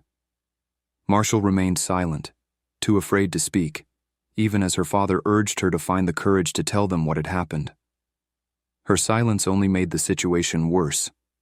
The man's father grew even angrier, questioning whether Marshall had received a proper education and even insinuating that she might not be the legitimate daughter of the Lydians family. Marshall's mother, standing firm, defended her daughter, asserting that Marshall was indeed their daughter, just as Valerie was. She also pointed out that Valerie had her own reasons for acting the way she did, just as Marshall had her own valid reasons for what she did. However, the man's parents weren't willing to listen to any explanation. At that moment, a maid entered to inform them that Duke Ludvillian had arrived and wished to speak with the Majesty. Marshall flinched at the mention of his name. The Majesty, busy with the current matter, initially told the maid to have the Duke return later. But when the maid reminded him that the Duke was there to speak on the very issue they were discussing, the Majesty allowed Tamex to come in. The situation was tense, with Marshall remaining silent, so they were hoping that Tamex might provide some clarity. Marshall had no idea what Tamex would say. She hadn't expected him to be involved in this matter any further. When Tamex entered the room, he bowed respectfully to the Majesty and the others. Then, in a surprising turn, he admitted that it was he who had struck the man, not Marshall. This revelation shocked everyone, especially Marshall, who had no idea why Tamex would take the blame for something she had done. Tamex's declaration left everyone speechless, and the Majesty, who had been trying to resolve the issue calmly, now had to process this new development. Marshall felt a mix of confusion and relief, unsure of what Tamex's true intentions were in taking responsibility for the incident. The room fell into complete silence after Tamex's unexpected admission. Marshall's parents were visibly shaken, and she could sense the tension rising. She expected a barrage of questions, but she was uncertain how everything had spiraled out of control. The moment Tamex had taken responsibility for the incident, everyone in the room was shocked, including Marshall. The Majesty, trying to process the sudden turn of events, asked everyone to leave so that he could speak privately with Tamex. As Marshall stepped out of the room, she was left wondering why Tamex had taken the blame. Although he had no intention of getting involved, he had still stepped in to protect her. Marshall thought he might seek some form of revenge for the earlier incident at the party, but instead, he had shielded her from further consequences. Why had he done that? Marshall's mother reassured her, telling her not to worry because the matter was almost over and there was no need to fear anything further. Finally, Marshall stepped outside, and it seemed the conversation between Tamex and the Majesty had taken longer than she expected. As Marshall walked out, Tamex apologized for making everyone wait. The man's father, realizing that his son had been the one in the wrong, apologized to Tamex as well. Tamex, understanding the father's natural reaction, accepted the apology. He explained that he had seen the man provoke Marshall in the garden while she was eating. The man had grabbed her arm and threatened her, which had caused Tamex to lose his temper. He admitted that he had acted impulsively, but only because he saw Marshall in distress. The father, still somewhat defensive, suggested that Marshall might have said something that provoked his son. Tamex firmly disagreed, asserting that the man had been threatening Marshall, which had enraged him. The father seemed to understand, and Tamex made sure that the man's injuries were properly treated and that he would be compensated for the incident. Marshall was stunned by how smoothly Tamex handled the situation with his calm and measured words. Tamex then assured everyone that the matter was settled and that there would be no more discussion of it. He warned that anyone who dared to bring it up again would face punishment from the Majesty. Marshall couldn't help but admire Tamex for the way he had managed everything, from his words to his actions. His decisiveness had brought an end to the tension. As the situation was resolved, Tamex asked to speak with Marshall privately. She too had been waiting to talk to him. While her parents seemed concerned about her, Marshall assured them that they didn't need to worry. She entered the room with Tamex, her mind racing with questions about why he had done what he did. Once they were alone, Marshall asked Tamex why he had taken the blame for the incident. Tamex, in response, explained that he no longer felt indebted to her. Marshall was confused by his words, thinking that perhaps he was referring to the incident from earlier when she had believed he had touched her inappropriately. But Tamex, unaware of the connection Marshall was making, clarified that his actions had nothing to do with regret. He admitted that, although he hadn't wanted to get involved in the situation, he couldn't stand seeing Marshall in trouble. He regretted not stopping the man sooner, as he could have prevented the entire incident. Tamex questioned whether it was truly necessary for him to take the blame, as they barely knew each other. He wanted Marshall to understand that it wasn't about regrets or guilt. He didn't want her to feel troubled by his actions, and he emphasized that she should avoid showing her face to him in the future, as it caused him discomfort. Marshall was left confused by his words. She didn't understand why her face would trouble him so much. As she gazed at her reflection in the window, she felt uncertain and unclear about the true meaning of his words. Marshall lay in her bed, ready to sleep, but her thoughts were still on her sister, Valerie. Valerie had heard what had happened to Marshall, and despite knowing Marshall was fine, she regretted not doing more than just scolding the man who had provoked her sister. Valerie felt responsible, thinking that if it hadn't been for Duke Tamex, Marshall could have ended up punished unfairly. Marshall reflected on this as well. She couldn't help but wonder why Tamex, who hadn't been interested in the party, had been there to help her. She still didn't understand why he had said he didn't like her face, and this troubled her. Eventually, Marshall fell asleep, but she awoke suddenly, finding herself in an unfamiliar bed. To her surprise, she wasn't in her usual position with the teddy bear as before. The teddy bear lay beside her, but it didn't seem to be absorbing her soul, and she was no longer worried about being mistaken for a demon. It felt as though she had been freed from its hold. She realized she was now in Duke Tamex's room. Marshall was perplexed by how she had ended up there. It wasn't long since she had been possessing the teddy bear, but Tamex had become accustomed to talking to it. She worried that if the teddy bear remained inactive for too long, Tamex might start to suspect something was wrong. She'd never expected him to care so much for a doll, and she didn't understand why he treated it so kindly when he had thrown it away before. Tamex, unaware of what was truly happening, seemed to believe the teddy bear was real, as if it was just sleeping. He closed the book he was reading and got out of bed. He moved to the cupboard, retrieved a ribbon with the Empire's insignia, and returned to the bed, holding the teddy bear. Marshall understood that he was going to tie the ribbon around the teddy bear, and a part of her was anxious about it. She wondered whether anyone else would see this and think that Tamex had lost his mind. He had been treating the teddy bear with surprising care, even though he had discarded it previously. Tamex carefully tied the ribbon around the teddy bear, and Marshall couldn't help but notice how the blue ribbon suited the green fabric of the bear. She had never realized how much Tamex seemed to care about the teddy bear. But then she remembered, it wasn't really the bear he cared for. It was her, or rather, her soul inside the bear. She had been the one conversing with him, not the doll itself. Marshall also remembered that Tamex had recognized the pain the teddy bear had endured when it had been burned on its back. Tamex, in his own way, cared for the bear, which surprised Marshall. Without thinking too much, she moved back into the teddy bear's body. She knew that if the bear remained still for too long, Tamex would start to wonder. As soon as she inhabited the bear again, she awoke, and in a moment of clumsiness, she hit Tamex in the chin with her nose. Tamex, startled, became angry at the teddy bear. Marshall, however, was happy to see the blue ribbon, which now perfectly complemented the green fabric of her teddy bear. Tamex felt the sting from where Marshall had hit him on the chin. He admired the teddy bear's boldness, but in truth it was he who had made the bear look more appealing by adding the ribbon. Marshall, noticing that Tamex seemed off, asked him what was wrong. Tamex appeared troubled, as though something had been bothering him for a while. He confessed that he had done something he regretted, although it wasn't necessarily a bad action in the first place. However, the guilt weighed on him. Earlier that day, during the party, Tamex had spoken with Unvain. He had asked if Unvain suspected anything, but Unvain had brushed it off as mere speculation. Tamex, however, was more cautious and urged him to be vigilant. Tamex then mentioned the state of his soldiers. He wondered if any deserters might have slipped away.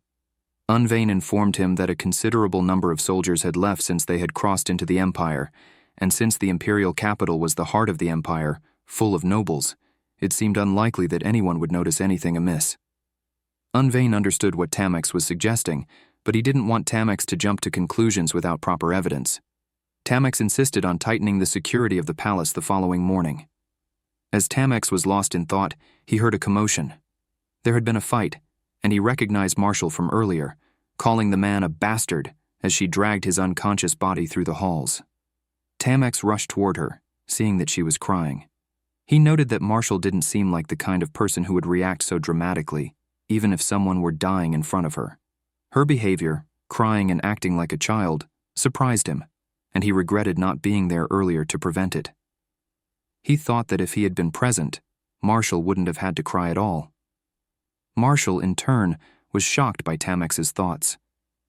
He, who had always seemed cold and calculating, actually cared about her well-being. She spoke more loudly than she intended, and Tamex wondered what the bear had just said. He didn't remember the bear crying, but he did recall that it wasn't actually the bear that had cried. It had been Marshall herself. Tamex thought back to their parting earlier. Marshall had seemed fine then, but his thoughts were still clouded with uncertainty. He wondered if she was really okay, even though she had appeared unaffected at the time. Marshall's troubled thoughts confused her, and she began to question if Tamex was truly feeling guilty for his actions. She didn't know if she should feel sorry for him. In an attempt to ease the situation, Marshall suggested that Tamex give her a gift to show that he cared and to ask how she was feeling. But Tamex didn't want to do that. The bear, however, urged him to do so, saying it would help. Marshall and Tamex had never really communicated well, and giving her a gift might only lead to more misunderstandings. The bear proposed that Tamex think of it as a way to cheer Marshall up. He suggested giving her the teddy bear itself. Marshall would likely thank him for the gift, and it would help clear up any confusion. Tamex hesitated, unsure if Marshall would even accept such a gift. She might misunderstand and think he was trying to start another fight, especially if the gift was something as odd as a doll with golden fur and blue eyes. For a moment, Marshall considered the situation. She would have probably rejected such a gift from someone else, but in this case, she thought it might be different. She had no reason to reject the doll from Tamex, as he was trying to make amends. Tamex, holding the doll, wondered why he had so much inner turmoil. Marshall didn't understand why he seemed to be holding a grudge. The earlier events, when Tamex had threatened her with the doll or caused harm, came flooding back. She remembered the times when she had been close to death, when the doll was set on fire or an object had been inserted into it. But she had never truly been able to hold a grudge against him for those actions. As she sat there, Tamex, still holding the teddy bear, picked it up and hugged it to him, feeling the weight of all that had happened. Marshall's emotions were mixed. She had almost died countless times inside the doll, yet she couldn't bring herself to be angry at Tamex. The events that had unfolded between them were complicated, and despite everything, she found herself looking at him with a strange mixture of gratitude and confusion. She wondered what he was doing at that moment. She had expressed her desire for a hug, and Tamex was fulfilling it. As the cat chased the teddy bear, Tamex stroked her back. He wondered if the teddy bear might be upset and apologized in advance. She was surprised by his apology, questioning if it was truly what she wanted. He had had enough and wouldn't tolerate an annoying, self-moving doll. Tamex asserted that no one would accept it. She became angry, questioning the issue with it. She emphasized the teddy bear's importance to Tamex, highlighting its boldness in slapping Tamex, calling his name recklessly, and daring to be his friend. Tamex appreciated these actions as no one else would do such things for him. Tamex's excessive pressure made her feel overwhelmed, as if she were about to tear apart. Tamex wished for the bear to be by his side always. She was shocked by his words, questioning if they were truly what a man would say to a woman. His expression remained normal, but his ears turned red. Tamex struggled with expressing his emotions. The priest entered Tamex's room without knocking, noticing Tamex holding the bear. He wondered about Tamex's actions with the bear. Marshall remembered another person who seemed to be Tamex's friend. The priest was startled. Tamex questioned the priest's late-night visit. The priest was surprised to see the teddy bear still awake, wondering why it wasn't asleep. Marshall became angry, considering it none of the priest's business. He wondered if the bear was hiding something, but the bear insisted it wasn't. The priest had seen the bear's wounds and what remained. He believed the teddy bear was still hiding something. He took out a book from his jacket, claiming that Tamex was deceived. The priest had worked hard to translate something and found it in the book. He explained that every living human body is inhabited by a soul, a trishul, or a mind. This mind is formless and precious, containing the essence of a person. Although it leaves the body after death, sometimes it can leave while the person is still alive due to various reasons. With extreme mental discipline, it's possible to control this. Unlike a dead soul, it's connected to the body and filled with life energy, unaffected by exorcism rituals or holy powers. The teddy bear rushed to read the text, finding a full book about its situation. Tamex remained confused about its relevance to the teddy bear. The priest revealed that the teddy bear was actually a person. He questioned Tamex's thoughts about having a normal doll for 10 years and then suddenly seeing it come to life after stepping into the palace. Tamex acknowledged the strangeness of a doll speaking and moving on its own. The priest explained that the doll remained normal during the day but came to life after parties. Tamex expressed doubt, suggesting that it was difficult to remain conscious after recently coming to life. The priest dismissed this, stating that the bear shared the same burn scars as a woman, Marshal Lydiance's daughter. Tamex questioned this woman. The priest confirmed it, naming Marshal Lydiance. Marshal protested, calling it absurd and claiming that getting burn scars from curling hair with an iron rod was normal. The priest insisted, asking if Marshal still wanted to deny it. Marshal stubbornly declared that he was a bear, and always would be. The priest threatened to set the bear's nose on fire to confirm its truth. Marshal pleaded against it. Tamex intervened, asking the priest to stop. The priest questioned Tamex's siding with the bear. Tamex assured him that he wouldn't hurt the bear, acknowledging past mistakes of blindly listening to Sicilians and setting the bear on fire. He promised not to repeat this mistake. The priest protested, but Tamex stated his belief in the bear, albeit with reservations due to the lack of clear evidence. He warned the bear that he wouldn't tolerate deception, as he wasn't a forgiving person.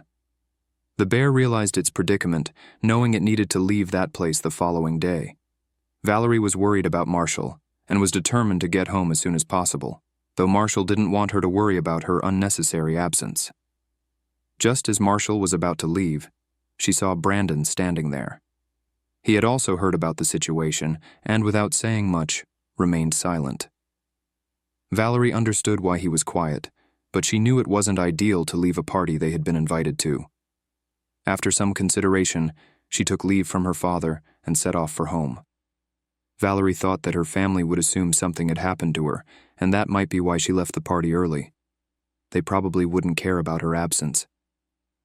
Brandon tried to stop her, but Marshal didn't hesitate. She walked toward the chariot that was waiting outside the mansion.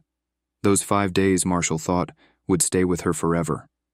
Before Marshal could leave, Valerie arrived. She wanted to accompany Marshal on her way home, feeling tired of the party, which she hadn't enjoyed much. Valerie was eager to return home and enjoy some pumpkin pie, but Marshal knew she had come because of her. Marshal apologized to Valerie for causing her to leave the party. Valerie was puzzled, wondering why Marshal was apologizing unless it was because she had wanted them to make greasy food. Valerie even wondered if she should apologize instead, recalling that the man at the party had taken his anger out on Marshal.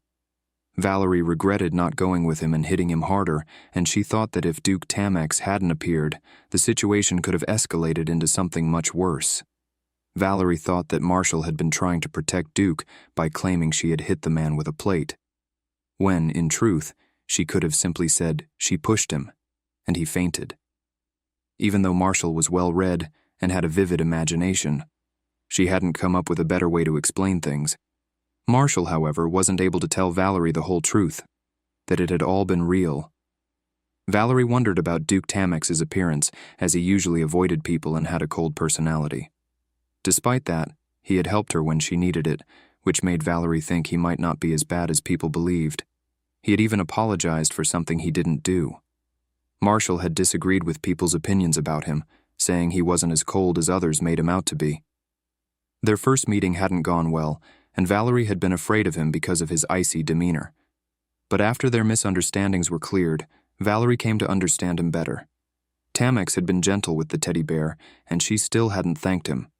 She didn't want to, though, because he was the reason she was now heading home. Valerie's thoughts began to drift, and Marshal noticed, asking her if she liked Duke. Valerie thought about him for a moment. It wasn't that she liked him, but she had been thinking about him. That was all. Suddenly, the wheels of the chariot jolted, and Marshal jumped into Valerie's lap. Valerie wondered what had happened, but before she could process it, she heard a voice, declaring that this was a noble lady's chariot. A hand then reached out, trying to grab them. Marshal, in a swift motion, pushed Valerie away from the hand. It was a group of bandits right in front of the palace. The door to the chariot opened, and a man greeted them, wishing them a good day and advising them not to avoid him.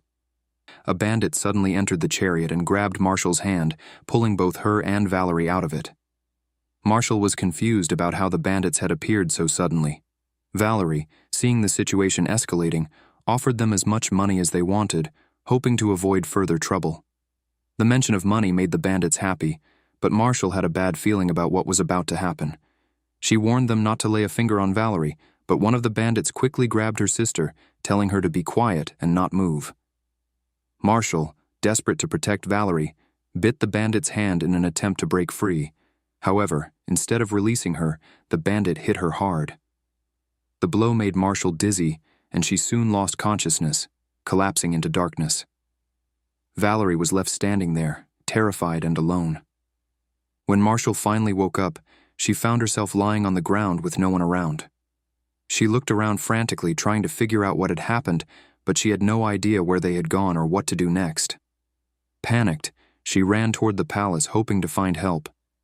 As she entered the palace, she remembered the feeling of being a soul at that moment. Helpless and powerless, she realized she couldn't stop anyone or do anything to help herself. She thought of Brandon and considered possessing him to get his help, but quickly dismissed the idea. She feared her father wouldn't believe her, and even if he did, the soldiers would still need the king's orders to act. Her thoughts then turned to Duke Tamex. If she could possess him, she believed it would be possible to command the soldiers to find Valerie. She desperately wanted to keep everything hidden and avoid revealing the full truth, but her need for help from Tamex was overwhelming. She was sure that he was the only one who could help her in this moment of crisis. Tamex was sleeping beside the teddy bear, and Marshall decided to enter the bear's body in an attempt to wake him. However, to her shock, it wasn't Tamex she found inside the room, but the priest. He grabbed her by the neck and pushed her to the ground. Marshall was stunned, realizing the priest had been right about the teddy bear all along. In a panic, she begged him to let go and allow her to find Tamex, but the priest only tightened his grip, tying her up. Marshall was horrified by the turn of events, as she had not expected the priest to be the one to stop her. Marshall was shocked to see Duke Tamex sitting there as the priest threw the teddy bear toward him. She felt something pour over her head. It was oil, but Marshall had no idea why the priest had done this to her. Tamex, however, seemed focused on getting an explanation from the teddy bear. Marshall became terrified, wondering if he was going to set her on fire. In a panic, she apologized and begged for forgiveness. The priest, convinced that the teddy bear was a spy, accused Marshall of planning to kill Tamex.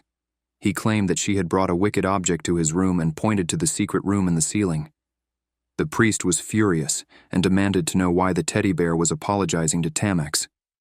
The teddy bear, with a sense of urgency, told Tamex to help his sister. This left Tamex confused, as he didn't know who the teddy bear's sister was. The teddy bear explained that it was the daughter of the Lydians family, and that when they were on their way home, bandits had captured Marshall's sister and taken her away. The priest didn't believe it. He argued that in the capital, it was hard for bandits to be around. Marshall, overwhelmed with emotion, began crying again, pleading that it was the truth. Tamex, looking at her with concern, asked her how she knew the attackers were bandits. The teddy bear explained that they had been ambushed while Marshall and Valerie were heading home along a mountain path. Tamex wondered aloud where their guards were, but the teddy bear explained that they hadn't had any, as their home was not far from the palace. Tamex became angry, unable to understand how two noblewomen had left the palace without a guard. Marshall shivered, feeling the weight of his anger, and blamed herself for the entire situation. She realized her carelessness had brought this trouble upon her. Tamex also wondered about the chariot. They had used the palace's chariot. He recalled how, on the last day, bandits had attacked someone suddenly. It seemed clear to him now that the attackers hadn't been bandits at all. He understood the situation and began to piece everything together. The priest, however, was skeptical and questioned Tamex about how he could believe that the teddy bear was Marshall and that she had somehow possessed it. He also demanded an explanation about the secret room in the ceiling. Tamex, though, remained firm in his belief, stating that the truth was often more elusive than lies, and he trusted Marshall's words. He then put the teddy bear into a bag and wondered to himself whether any of this was true. If it was, an innocent lady's life was in danger. Marshall, noticing the situation becoming more serious, observed that the bandits might still be out there, and the teddy bear agreed, saying there could be more than 10 of them. Ramon, who had arrived, ensured everyone was ready. He asked Tamex if he was sure about the situation. Tamex confirmed that he knew both ladies had left the mansion, but told Ramon that sometimes it was best not to know too much and to stay silent. Tamex then mounted his horse, ready to leave the mansion. As he rode out, Marshall was stunned to see a large number of people gathered around, preparing for a strategic meeting. Tamex, noticing her shock, asked why she had come to him instead of her father, who was still in the palace. He pointed out that he could easily gather his people, but a father would do anything to save his daughter, and he could have refused to help her. He wanted to understand why she had turned to him instead of her own father. Marshall had no answer for him, realizing that the situation could have turned out very differently. She had believed that Tamex would help her, but now she wasn't sure. Tamex, deep in thought, began riding his horse, and Marshall felt dizzy from the emotional toll of the conversation. Still, she found some comfort in the fact that Tamex seemed ready to believe her. As Tamex and his comrades were leaving, Sir Unvian appeared in their path, questioning where they were rushing off to. Sir Unvian, a royal guard with the sashes of the king's army, was responsible for overseeing all movements and activities in the area.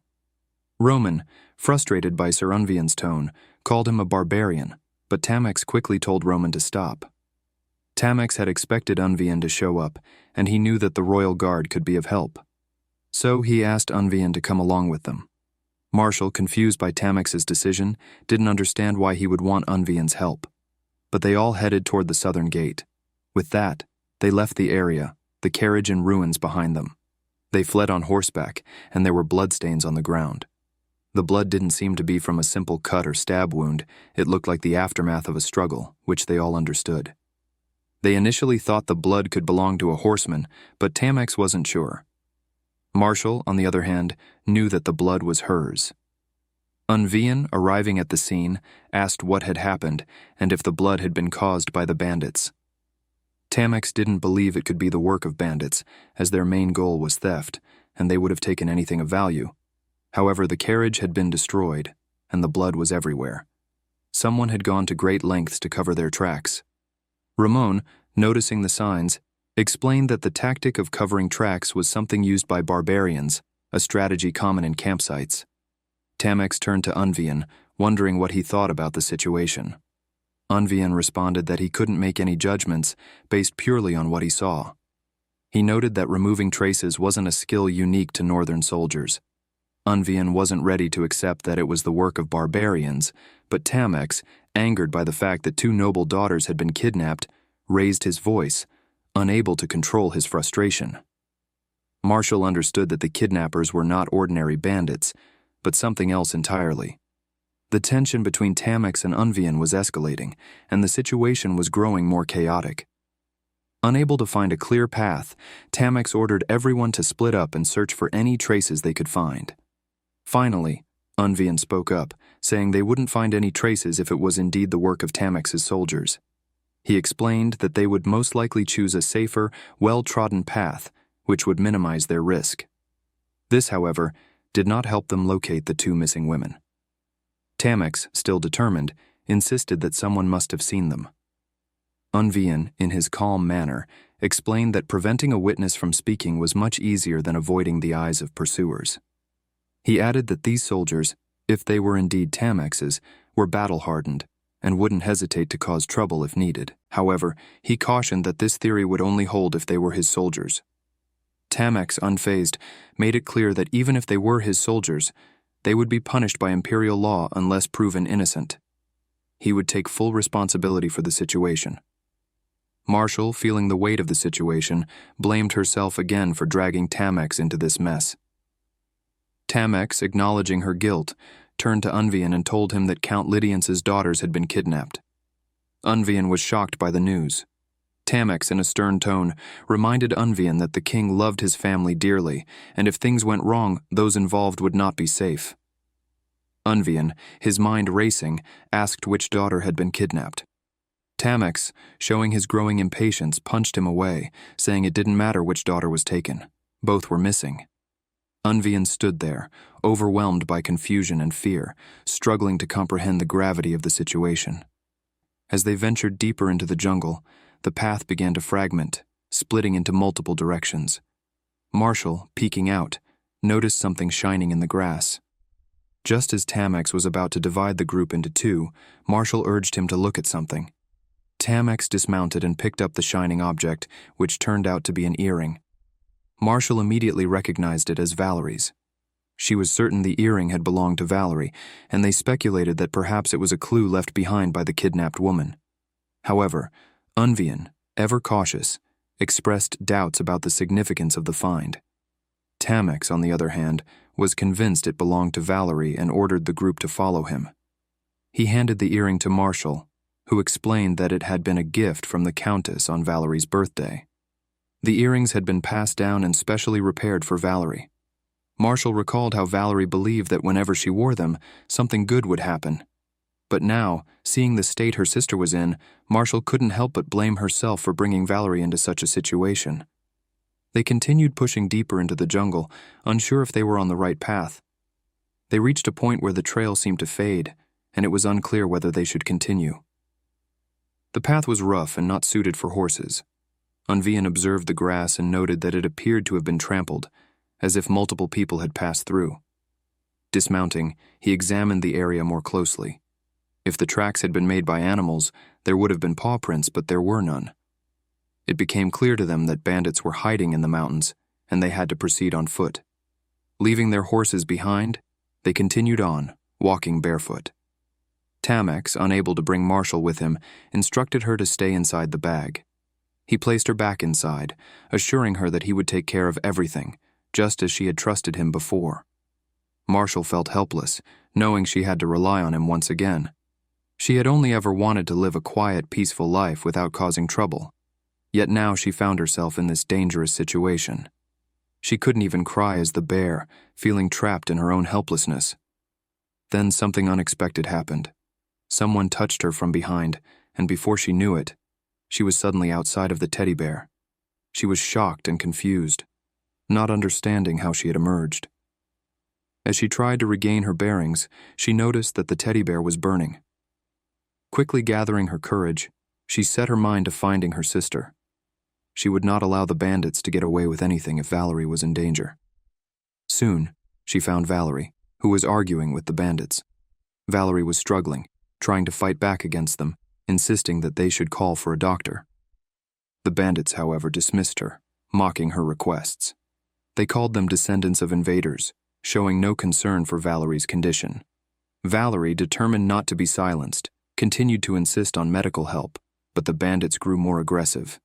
They reached through the bars of the cage, trying to grab Valerie to shut her up. At that moment, Marshall returned to her body, determined to protect her sister. She grabbed one of the bandits' hands and bit down hard on it, refusing to let go. She stood firm, vowing not to let the bandits hurt Valerie no matter what. Marshall bit one of the bandits, and Valerie, worried by his sudden actions, was unsure of what to make of the situation. Marshall explained that the war was over and that they weren't even soldiers, let alone captives. However, the bandits were unwilling to accept this, refusing to believe his words. Marshall quickly realized that all the bandits came from the northern side. One bandit, in a fit of rage, jumped on top of Marshall, accusing her people of causing the deaths of his comrades. He grabbed her by the neck, and Marshall, struggling to breathe, called out loudly for Tamex, hoping for help. Her voice echoed, but there was no answer. The bandits, thinking that no one would come to her aid, continued to threaten her. Marshall observed that the bandits were making things worse for themselves, driven by grief over the destruction of their homes and the loss of everything they had. They were determined to inflict even more harm. Their plan, as it seemed, was to sell the noblewomen in the market. The bandit who had attacked Marshall blamed her for the destruction of their homes and insisted that she remain silent as a hostage. His grip tightened on her neck, making her increasingly uncomfortable. Just then, a shoe came flying, striking the bandit in the face. The noblewomen, enraged by his violence against a defenseless woman, shouted at him. In response, Marshall took the opportunity and kicked the bandit in the groin. However, she immediately regretted it, realizing that she had likely gotten herself into deeper trouble. The bandit, now furious, was about to strike Marshall when a splash sound echoed, and the bandit fell to the ground. Sir Unvain had arrived, questioning whether the bandits were truly in the right. He extended a hand to Marshall, but she was too frightened to accept his help, even though she knew he was there to protect her. Unvain understood her fear, recognizing the trauma she had experienced, and turned to face the bandits, ready to defend the noblewomen. Marshall was confused about how Unvain had appeared out of nowhere and was now fighting off the bandits alone. She wanted to help him, but Valerie stopped her, expressing concern. Marshall didn't want Unvain to get hurt, but Valerie argued that it would be better for Unvain to be hurt than for Marshall to put herself in danger. Valerie was clearly worried about Marshall's well-being, looking at her with concern. She urged Marshall to stay put, reminding her that she was a fragile noblewoman who shouldn't be on the battlefield. Marshall, understanding that she would only be a hindrance if she went, reluctantly stayed back. It wasn't long before Tamex arrived with his army, taking control of the situation. During the chaos, Marshall remained seated, watching the fight unfold around her. Tamex noticed her distressed face and approached, offering her a hand to help her stand. She was about to speak, but Tamex silenced her, telling her they could talk later. A man was assigned to escort the noblewomen, and Valerie, relieved to see that Marshall was safe, ran to hug her. She scolded Marshall for her reckless behavior, expressing how worried she had been for her safety. Marshall, feeling guilty for making Valerie anxious, listened quietly. Valerie then questioned why Marshall had called for Tamex's help, but Marshall had no answer, feeling even more uncertain about the situation. She realized that she was trapped, unsure of what to do, and ran to find Sir Unvain. She couldn't understand why she felt the need to speak with him.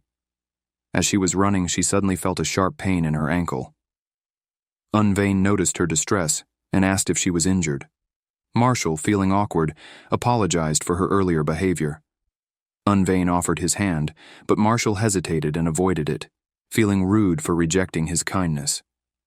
Unvain, understanding that it was a reflexive reaction to the shock, wasn't upset. Marshall, still feeling guilty about her inability to help during the fight, could only watch helplessly. Unvain assured her that as long as she wasn't afraid of him, he was fine. He then removed his jacket and gave it to her, lifting her up gently. Marshall, unsure of his intentions, wondered why she had run to him after calling for someone else's help. There was something unusual about the situation for Tamex. Unvain had taken Marshall in his arms, thinking she was seriously injured and in need of a doctor. Tamex said nothing, although he seemed troubled by the actions. Marshall, feeling fine, asked Unvain to put her down, but he insisted on carrying her. Tamex didn't seem pleased by this, and his discomfort was evident. Unvain carried her back to the palace, where the maid was shocked to see him holding Marshall.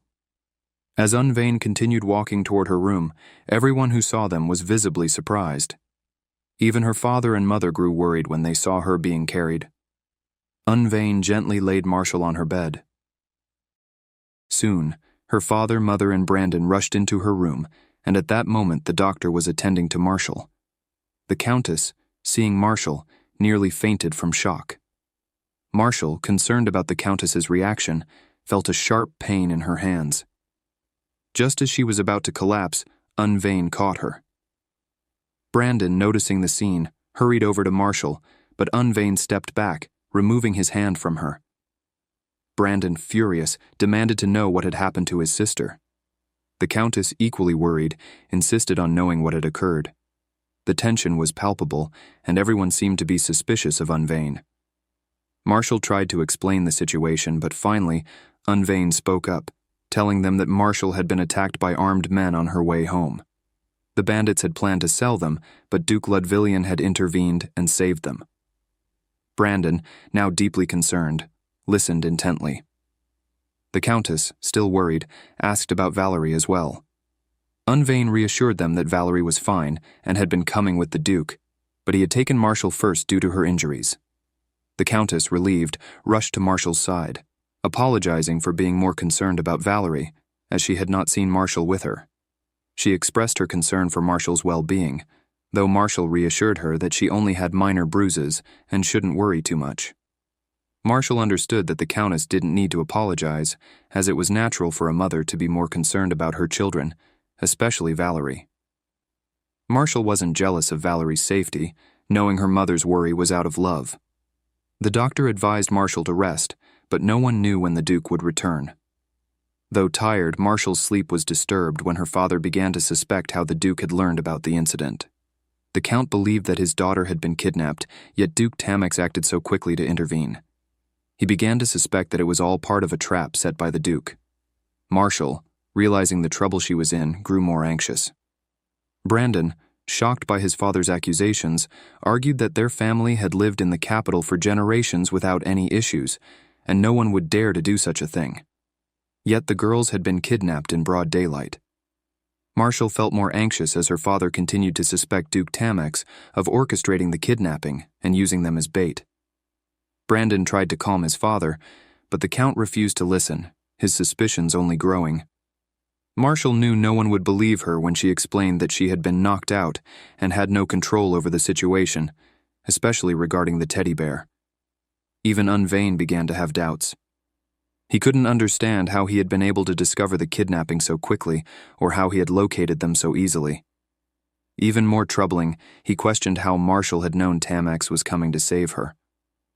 Marshall, now certain she had walked into a trap, remembered screaming for Tamex in her moment of distress. Unvain suspected that they had planned the whole thing together. Though he apologized for accusing her wrongly, he couldn't shake the reckless thought that Marshall had only called for Tamex's help. Marshall tried to explain the situation to him, but Unvain believed his family would take her side and prepared to leave. Marshall became frustrated, realizing that despite his words, Unvain didn't truly believe her. She knew that both she and Tamex were now in serious trouble. Marshall sat in Tamex's bedroom, waiting for him, her mind racing. She couldn't shake the thought of how Unvain had accused her of being involved in the kidnapping with Tamex.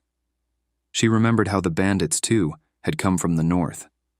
Earlier, as Unvain had left her room, he had warned her to be prepared for questions, as the situation was dire. He told her that the questions would be tricky and that she would need to comply. Marshall had been taken aback by Unvain's words, feeling confused, as no one seemed to understand what he was talking about. Meanwhile, Tamex returned to his room, holding the burned teddy bear. Marshall called out for him, but he didn't hear her. She rushed toward him, but Tamex slammed his hand on the table, his anger clear. Marshall could feel his frustration and understood that he was upset because she had run away and burned his teddy bear. The misunderstanding seemed to be growing, and Marshall was at a loss for how to fix it. She thought that perhaps it was because Tamex had asked her to trust him, but she had done things her own way instead. Maybe it was because she had left without saying anything when he had saved her. Or maybe it was because the teddy bear, which was important to him, had been ruined, even though she hadn't been the one to burn it. Tamex began removing his clothes, and Marshall couldn't help but feel a sense of déjà vu. She had seen him like this before, but this time, she wasn't sure how to explain herself. She wanted to tell him what had happened, but with the teddy bear destroyed, she didn't know how. She couldn't go back to her own body now, as it would only lead to more questions from the Countess. She was sure that there would be no excuse to visit Tamex, and she couldn't risk that. She realized that she only had one way left to communicate with him. Tamex sat down, his eyes on the sacred item, which was now the only thing left. He remembered the battle earlier, when Sir Unvain had been cutting down the bandits without hesitation, even though some of them were his own men. He realized that the bandits, who had been wanted criminals, had actually hoped to be executed by Tamex. As he thought about the bandits, he wondered if they were from the north, and whether they might remember Unvain, or if they simply didn't care about him. The bandits had been furious over their treaty, still believing that they couldn't stop the war, even if it was just temporary. Tamex knew that these bandits had been soldiers of the imperial palace, but they hadn't recognized Unvain. As he stared at the sacred item, he was shocked, deep in thought, when a voice suddenly came from the window. He walked over and opened it. Marshall, sounding terribly sorry, admitted that she had possessed the teddy bear and apologized for what had happened. She explained that she had chosen a safer option this time, knowing things could go badly. However, she would prepare smaller animals in the future to help her escape if needed. Marshall arrived and apologized to Tamex, who immediately recognized him.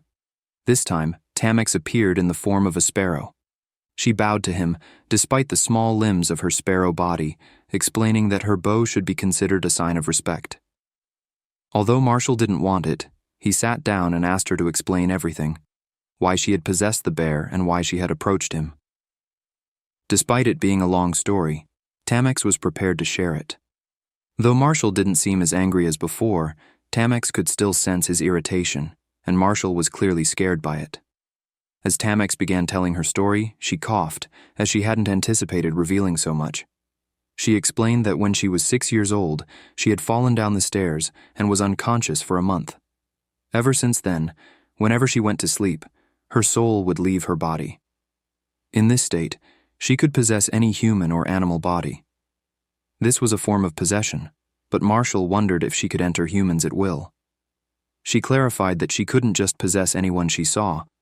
She could only take control of someone who was either drunk or unconscious, people in a weakened state, and even then, they could reject her or force her out. Her possession would only last for 3 hours. From that moment on, whenever she slept, Tamex would wander, exploring the world as a spirit.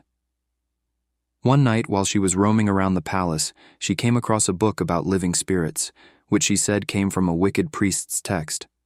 Tamex admitted she hadn't liked coming into Marshall's room without permission that day.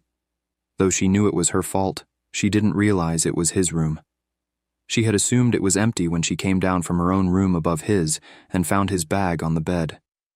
Tamex explained that she didn't intend to possess the bear, but somehow, she had ended up in it. Ever since, when she went to sleep, she would wake up as a teddy bear and couldn't escape, though she could hear strange voices. She felt something was off about the bear. Marshall, puzzled, asked why she called the bear Belle. Tamex explained that it was the name of his little sister, which made Marshall pause. After a long silence, Marshall shared a memory with her, though he doubted she would believe him. He had spent 10 years on the battlefield, starting at the age of 18. During one mission, he had been severely wounded, stabbed in the side while protecting his superiors, and nearly died. He had been bedridden for 3 days without adequate medicine. On the 3rd day, he felt someone touch his head, and the pain slowly faded with each touch. When he woke up, he saw his sister Belle, though it was impossible for her to be there. Tamex was sure it had been Belle's spirit. Marshall explained that he wasn't frightened by her, even though he had thought Belle was there to take him with her. The next day, he felt his recovery speed up, and he woke to find the teddy bear in his arms. He had thought that Belle's soul might be inside it. Marshall admitted he shouldn't have asked Tamex about these matters, but she didn't seem to mind. Tamex acknowledged that Marshall never wanted to be in the teddy bear. Marshall wondered if he actually believed her. Tamex, having worked with many spies during the war, could usually tell when someone was lying. She assured him that she wasn't making up her story. She had pretended to be an ordinary doll for her own safety, but now that she had revealed herself, she had been nothing but polite to him. This was because the bear was his companion, and he had had it for almost 10 years. Marshall sighed, saying that now that Tamex knew who he was, she must realize he was just an unpleasant girl with a scary face. She couldn't possibly continue being rude to him, could she? Tamex responded that, while the bear might have a complicated backstory, no 28-year-old man would call a teddy bear his friend. Marshall, slightly embarrassed, explained that he didn't have many friends and had probably misunderstood. He winced, and Tamex, unbothered, remarked that despite the bear being a gift from his sister, it was still unpleasant to see a talking, moving teddy bear. Marshall apologized, acknowledging that he understood Tamex's frustration, but that she was tormenting a small animal. Tamex, smiling slightly, admitted that when Marshall had cried, it had been quite funny. She further explained that her friendliness toward him had nothing to do with her sister, but rather because she enjoyed the way he spoke in his company. Both Valerie and Marshall came there. His Majesty was waiting for both of them. Valerie was ready to handle everything on her own, but Marshall wanted to testify. The gates got opened, everyone was present. Queen Sasha, Sir Unvian, and Tamex. Sir Unvian was carefully watching her. Marshall knew they were there only to testify, but still the atmosphere was a bit unusual. Tamek stated that he was chasing after a suspected man when a servant reported him of kidnapping and he took action immediately. Majesty was again and again asking about the servant and how he knew about kidnapping. Marshall didn't understood why they were interrogating him. Maybe the king thought it was Tamek who kidnapped them because he acted first. He was again in trouble because of her. Majesty don't understand how servants knew about kidnapping when they were not on patrol around capital. But Tamek chose to remain silent, and Marshall sought permission from Majesty to speak in there. Valerie got worried about her actions. Majesty allowed her to speak as she was involved into that matter. She had no choice but to lie everything, as her truth was far beyond to be true. Marshall blamed herself for the involvement of Tamek. Valerie, Unvian, and Sachet all were confused. Marshall was the one called for his help. She was not good feeling because of the night she hit that person with plate, and she wanted to return home as soon as possible. But she had already caused a lot of trouble for Tamek, so she wanted to say a goodbye at least to him. So she asked him to meet her at the southern gate. She had no clue that Lafey Valerie would come along with her, so she had to leave right away. And she knew Tamek would investigate again if she fails to there. But Majesty didn't understood why she didn't went along with her sister Valerie. Even in short time, she came up with an excuse for this as well. She explained that she was not an legitimate child of Lydian's family. She was exposing her weakness so they'll believe her. The Lydians has always been treated her without discrimination. But that doesn't changes, she's an illegitimate child. Valerie had no clue why Marshall was saying such words. She called Tamek without thinking, but later she realized that if they seen together, that will create more of a scandal and tarnish Lydian's family name. She didn't wanted to cause more troubling to her family since after that party. She was been a subject of scandals and rumors, and she didn't wanted same to happen with Valerie. Majesty understood her. He understood that she was just saving her family name, but should have informed her father at least. Marshall was shocked that she convinced the Majesty there. Marshall explained that she was reckless of thinking and caused misunderstanding. She apologized, but Majesty didn't wanted her to apologize as she was victim.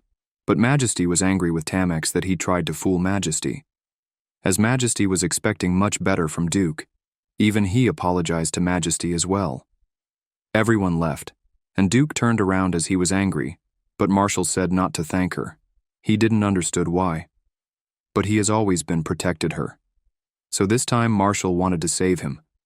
Tamek didn't understood why she was calling him by his name, but Marshall liked it calling him Tamek. Tamek regretted for saying such things to her day before, but he can't take back what he said. Tamek had come to enjoy Marshall's company. Although he initially considered her an unusual person, his feelings began to shift after seeing her in the garden. When he told her not to show him her face, he knew his words wouldn't make sense, but her face reminded him so much of the bear. So, when she later revealed she was the bear, he wasn't very surprised at first. Marshall understood that Tamek already knew about her, but seeing her that day made him realize she was simply being herself, the same way she had been in the bear. Though they hadn't known each other for long, Tamek began to see her as a younger sibling. He harbored no hatred toward Marshall. In fact, he felt bad seeing her so discouraged. Others might have thought he was out of his mind, but Tamek's feelings were genuine. He saw Marshall as something like family and had grown attached to him. Marshall felt relieved that she wasn't the only one who felt this way. Marshall, too, had come to enjoy Tamek's company. All the while, she had been waiting for him to make his feelings known, but he never got angry with her. Secretly, she longed for him to see her true self. Tamek took it upon himself to explain that she shouldn't get too excited too quickly. First, she had attacked that man, and then she had tried to fight with the kidnappers. She had acted recklessly, and Marshall agreed with Tamek's assessment. Despite scolding her, Marshall felt shy, as no one had ever reprimanded her like that before. Even in that moment she was smiling, and that made her happy. Tamek had always looked out for her, and now he turned around reflecting that he should have at least been told that she was a woman, so he wouldn't have made her sleep in the same bed as him. This concern arose because Marshall knew that Tamek would never do anything inappropriate to her. Tamek himself questioned why anyone would do such a thing to a bear. Marshall knew it was true. Even though Tamek looked intimidating, he was a good person, and Marshall liked him. Tamek was shocked by her words, unable to believe that she thought so highly of him. She was hoping that he would take care of her as he did Marshal Lydian's. Tamex had had enough. He didn't understand who had given her the name Ice Rose.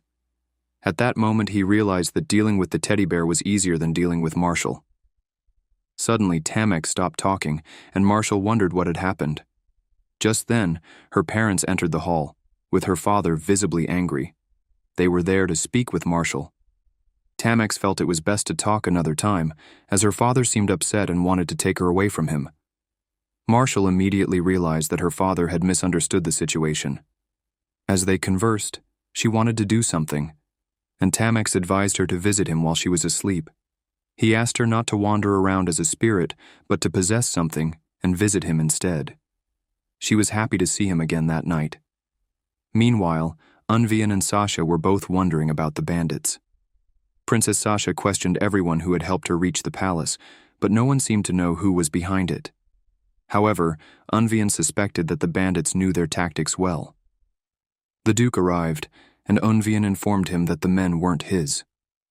The Duke had already suspected this, as the way the bandits spoke imperial language suggested they were not deserters.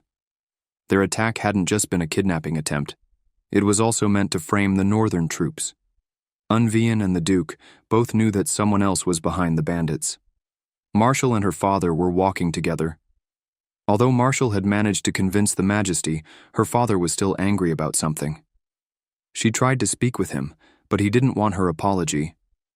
He told her that she was a good daughter, and he understood she must have had her reasons. However, he wanted her to promise that she wouldn't put herself in such situations again and that she would have no further contact with Duke. As a father, he trusted his daughter, but not the man who had made her lie. He had understood that it was all a lie. As her father, he expected at least a promise from her. Marshal was apologetic, but couldn't promise to never meet Duke again. She didn't want to stay away from him. She tried to explain to her father that Duke would never hurt her. Valerie remained calm, and her father eventually agreed that Marshal could do what she wanted, but he banned her from going out once they reached home. The doctor had treated Marshal's wounds, but she couldn't stop thinking about her father's words. He had told her not to meet Duke Lydiance again, and it weighed heavily on her. She felt sad, but she knew that Duke would wait for her.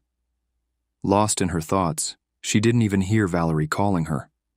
The treatment was finished, and the Countess was still explaining the situation to the other noblewomen as they were planning to leave the palace in the evening. Valerie told Marshal to rest, but Marshal noticed something off about Valerie. She wondered if Valerie was angry with her, but it turned out she wasn't. Finally, Valerie asked Marshal about her relationship with Duke and why she seemed so desperate to meet him. Marshal explained that Duke had helped her, and she wanted to thank him. Valerie suddenly became excited and realized she had asked the wrong question, causing a scene. Marshal noticed that Valerie had been talking a lot about Tamex. Perhaps she was serious about him. Brandon, who had met Tamex during training, mentioned that Tamex had always been scrupulous but never acted like a superior. He valued the lives of his men and avoided unnecessary combat. Brandon and Marshal were both shocked by this. They remembered that Brandon had once been an aspiring knight, and they wondered if he had fought in battle. However, Brandon was no longer a knight, and Marshal suggested he choose another profession. She explained that wars were dangerous and people were afraid of them. If Brandon didn't want to be a knight, he could choose another path. Brandon was shocked, as those words were exactly what Tamex had told him. Marshal laughed, realizing she had just repeated Tamex's words without knowing it. That night, Marshal slept and possessed a bird again. She saw that Tamex's windows were open and planned to surprise him. However, Tamex caught her before she could. He caught her because she had sneaked in without telling him. She just wanted to say hello.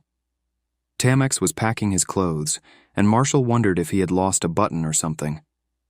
After taking her medicine, which was strong, she told Tamex that everyone was getting ready to leave, and they would depart in the evening. Tamex understood that she had no reason to stay at the palace anymore. Marshal wanted to know what he had wanted to tell her earlier, or if he planned to praise her for what she had done. Instead, he made her bend her legs and wings over her head. Marshal realized that it felt like punishment, and indeed, that's what Tamex was doing. She became angry because she had lied to Majesty and was scared at the time. Despite that, she gathered her courage and took a chance to save Tamex. However, Tamex was angry too because there was no proof, and if she hadn't defended herself, everyone would have moved on. He was worried about how Majesty would react. Marshall didn't understand the problem and asked why Tamex was upset. Tamex explained that the more well-crafted a story was, the more it became a lie. He told her that her baseless story was nothing but a lie to Majesty. She had tried to fool the Emperor, and he couldn't understand how she had thought she could do that. Marshall only wanted to help Tamex, but she now understood that her father had been able to see through the situation too, and perhaps Majesty had been playing along as well. She remembered what Unvian had said earlier about the plan with Tamex. Marshall began to realize why her father wanted her to stay away from him. It was because of her excuses. She started crying, feeling that everything had been ruined because of her actions. Marshall felt like an idiot because of the foolish act she had done to fool the Emperor, and it made Tamex even angrier. She had tried to cheer him up but only ended up making him sad. Marshall remembered how Tamex found her crying face funny, so she decided to start crying right there, though she wondered if birds could even cry. She worried that her tears might only make Tamex angrier, but she decided to give it a try. She cried and apologized, calling herself a fool and useless. Tamex noticed her tears and didn't want her to cry over it. He assured her that he was fine with what she had done for him, and he didn't want her to feel bad about it. He did raise his tone a bit to make her understand that she shouldn't keep making the same mistake over and over. However, despite his frustration, her actions made him feel a little happy. He was glad that she had stood up for him. Marshall stopped crying and looked at him with sparkling eyes, realizing that no one else would have dared to defend Tamex in the same way. It wasn't just empty words. No one had ever helped Tamex with good intentions before. It was a new experience for him, and Marshall was amazed. Despite this, Tamex didn't want her to repeat the same mistake. Marshall hadn't expected such an expression from him, but it was a beautiful one. Suddenly, the priest entered the room without knocking, startling Marshall. Tamex scolded him for not knocking before entering, and the priest noticed the bird in Tamex's hands. Marshall was frightened by the priest, but then she noticed that he was holding something. The priest was hiding a teddy bear, which he had brought to try to make Marshall feel better. He hadn't known that Marshall was already there in bird form. Upon seeing the bear, Marshall suddenly became angry, thinking that the teddy bear was haunted. The priest recognized Marshall in the bird's body and explained that the teddy bear was made by his mother. His family had a business making and selling teddy bears, but their family name had been forgotten. Marshall was surprised to learn that the priest came from a noble family, even though it was no longer known. She apologized to him for her actions, but the priest explained that the bears were sold to merchants, and all the bears looked the same. Marshall thought that maybe she could have bought one in the market, but the priest's family no longer owned the business, so they were impossible to find. His mother had made 15 dolls identical to the bear, one of which was given to Tamex's sister. Marshall recalled having seen the same doll before and wondered if she had received one too. However, she had no memory of ever owning one. The bear was brand new and had been stored in the priest's home storeroom. The priest thought that Marshall might want the doll because she looked like a bear. At that moment, Marshall bit her finger, and the priest quickly apologized. Marshall questioned why he was apologizing to her, wondering what he felt sorry for. The priest explained that he was sorry for what had happened to her when she had been in the doll's body. He felt bad about her experience and explained that Tamex's safety had always been his priority. The priest then added that because of what had happened, Marshall had to experience terrifying things, such as her face now looking like a mess. He said her cheeks were swollen like a dog stung by a bee, and he felt bad for that. He apologized for it. Marshall was shocked that this was his idea of an apology. Meanwhile, Tamex struggled to hold in his laughter. He made an excuse to leave and prepare some tea, but Marshall quickly realized that this was part of the prank, with Tamex involved in it too. The priest remarked that Marshall had managed to get away with pretending to be a bear, but he now knew her true identity, and she was still as rude as ever, claiming that it was no way to address a priest. Marshall asked him what his problem was, and teasingly suggested some alternatives like calling her arsoniat, murder, or just a jerk. She then questioned how long it had been since he became a priest. The priest explained that Tamex had joined the army shortly after he was baptized, which meant he had been around 16 or 17 years old at the time. Marshall then asked about the temple, wondering if it was nice. The priest admitted it wasn't a noble mansion but mentioned that one could learn to adjust. Marshall continued, asking if working as a volunteer in the temple would be doable. The priest asked her why she was suddenly asking these questions, and Tamex chimed in, wondering if Marshall was planning to join the temple as well. Marshall confirmed that she intended to join once Valerie got married. Tamex seemed surprised, questioning why she was interested in the temple as she didn't seem religious. Marshall asked if she needed a reason. Tamex then suggested that the life at the temple might not be suitable for her, particularly because of her scary face. The priest, hearing this, questioned if Marshall remembered what Tamex had said. Marshall explained that she was not a fool, and that it hadn't been long since Tamex had made such a comment. The priest retorted that Tamex had said the same thing, and Marshall pointed out that Tamex got a pass, as she had been nervous thinking he would kill her when they first met. Tamex was surprised, asking if he had scared her that much. Marshall laughed it off, saying that as a soldier and a duke, the more stern he looked, the better. She added that everyone spoke about how handsome he was, including her brother Brandon, who also said that Tamex was a good guy. Tamex quickly interrupted, saying he wasn't asking for compliments. He admitted that he had left a strong impression on her, even without realizing it, and he needed to reflect on how he came across. But he quickly changed the subject, asking why she wished to join the temple. Marshall, feeling a bit evasive, wondered if she should tell him the real reason. She brought up the fact that Tamex had accused her of being a spy and placing a curse on him, and asked about the evil-looking objects she had seen. She demanded an explanation for what had happened. The priest seemed taken aback by her boldness, and Marshall pointed out that he couldn't answer her questions, but kept asking her to explain things. Tamex stepped in, explaining that as soon as Marshall had fallen asleep, he began investigating the room. He found a secret space above the ceiling and climbed up, discovering several pagan ritual objects, including burnt candles, animal bones, and letters written in blood. There were all sorts of wicked things, and while Tamex didn't believe in curses, he was sure someone had done this out of spite. Marshall had no recollection of anything like that on her first day. Tamex then revealed that he had found poison in the glass he had been using. Marshall was shocked and asked if he was all right.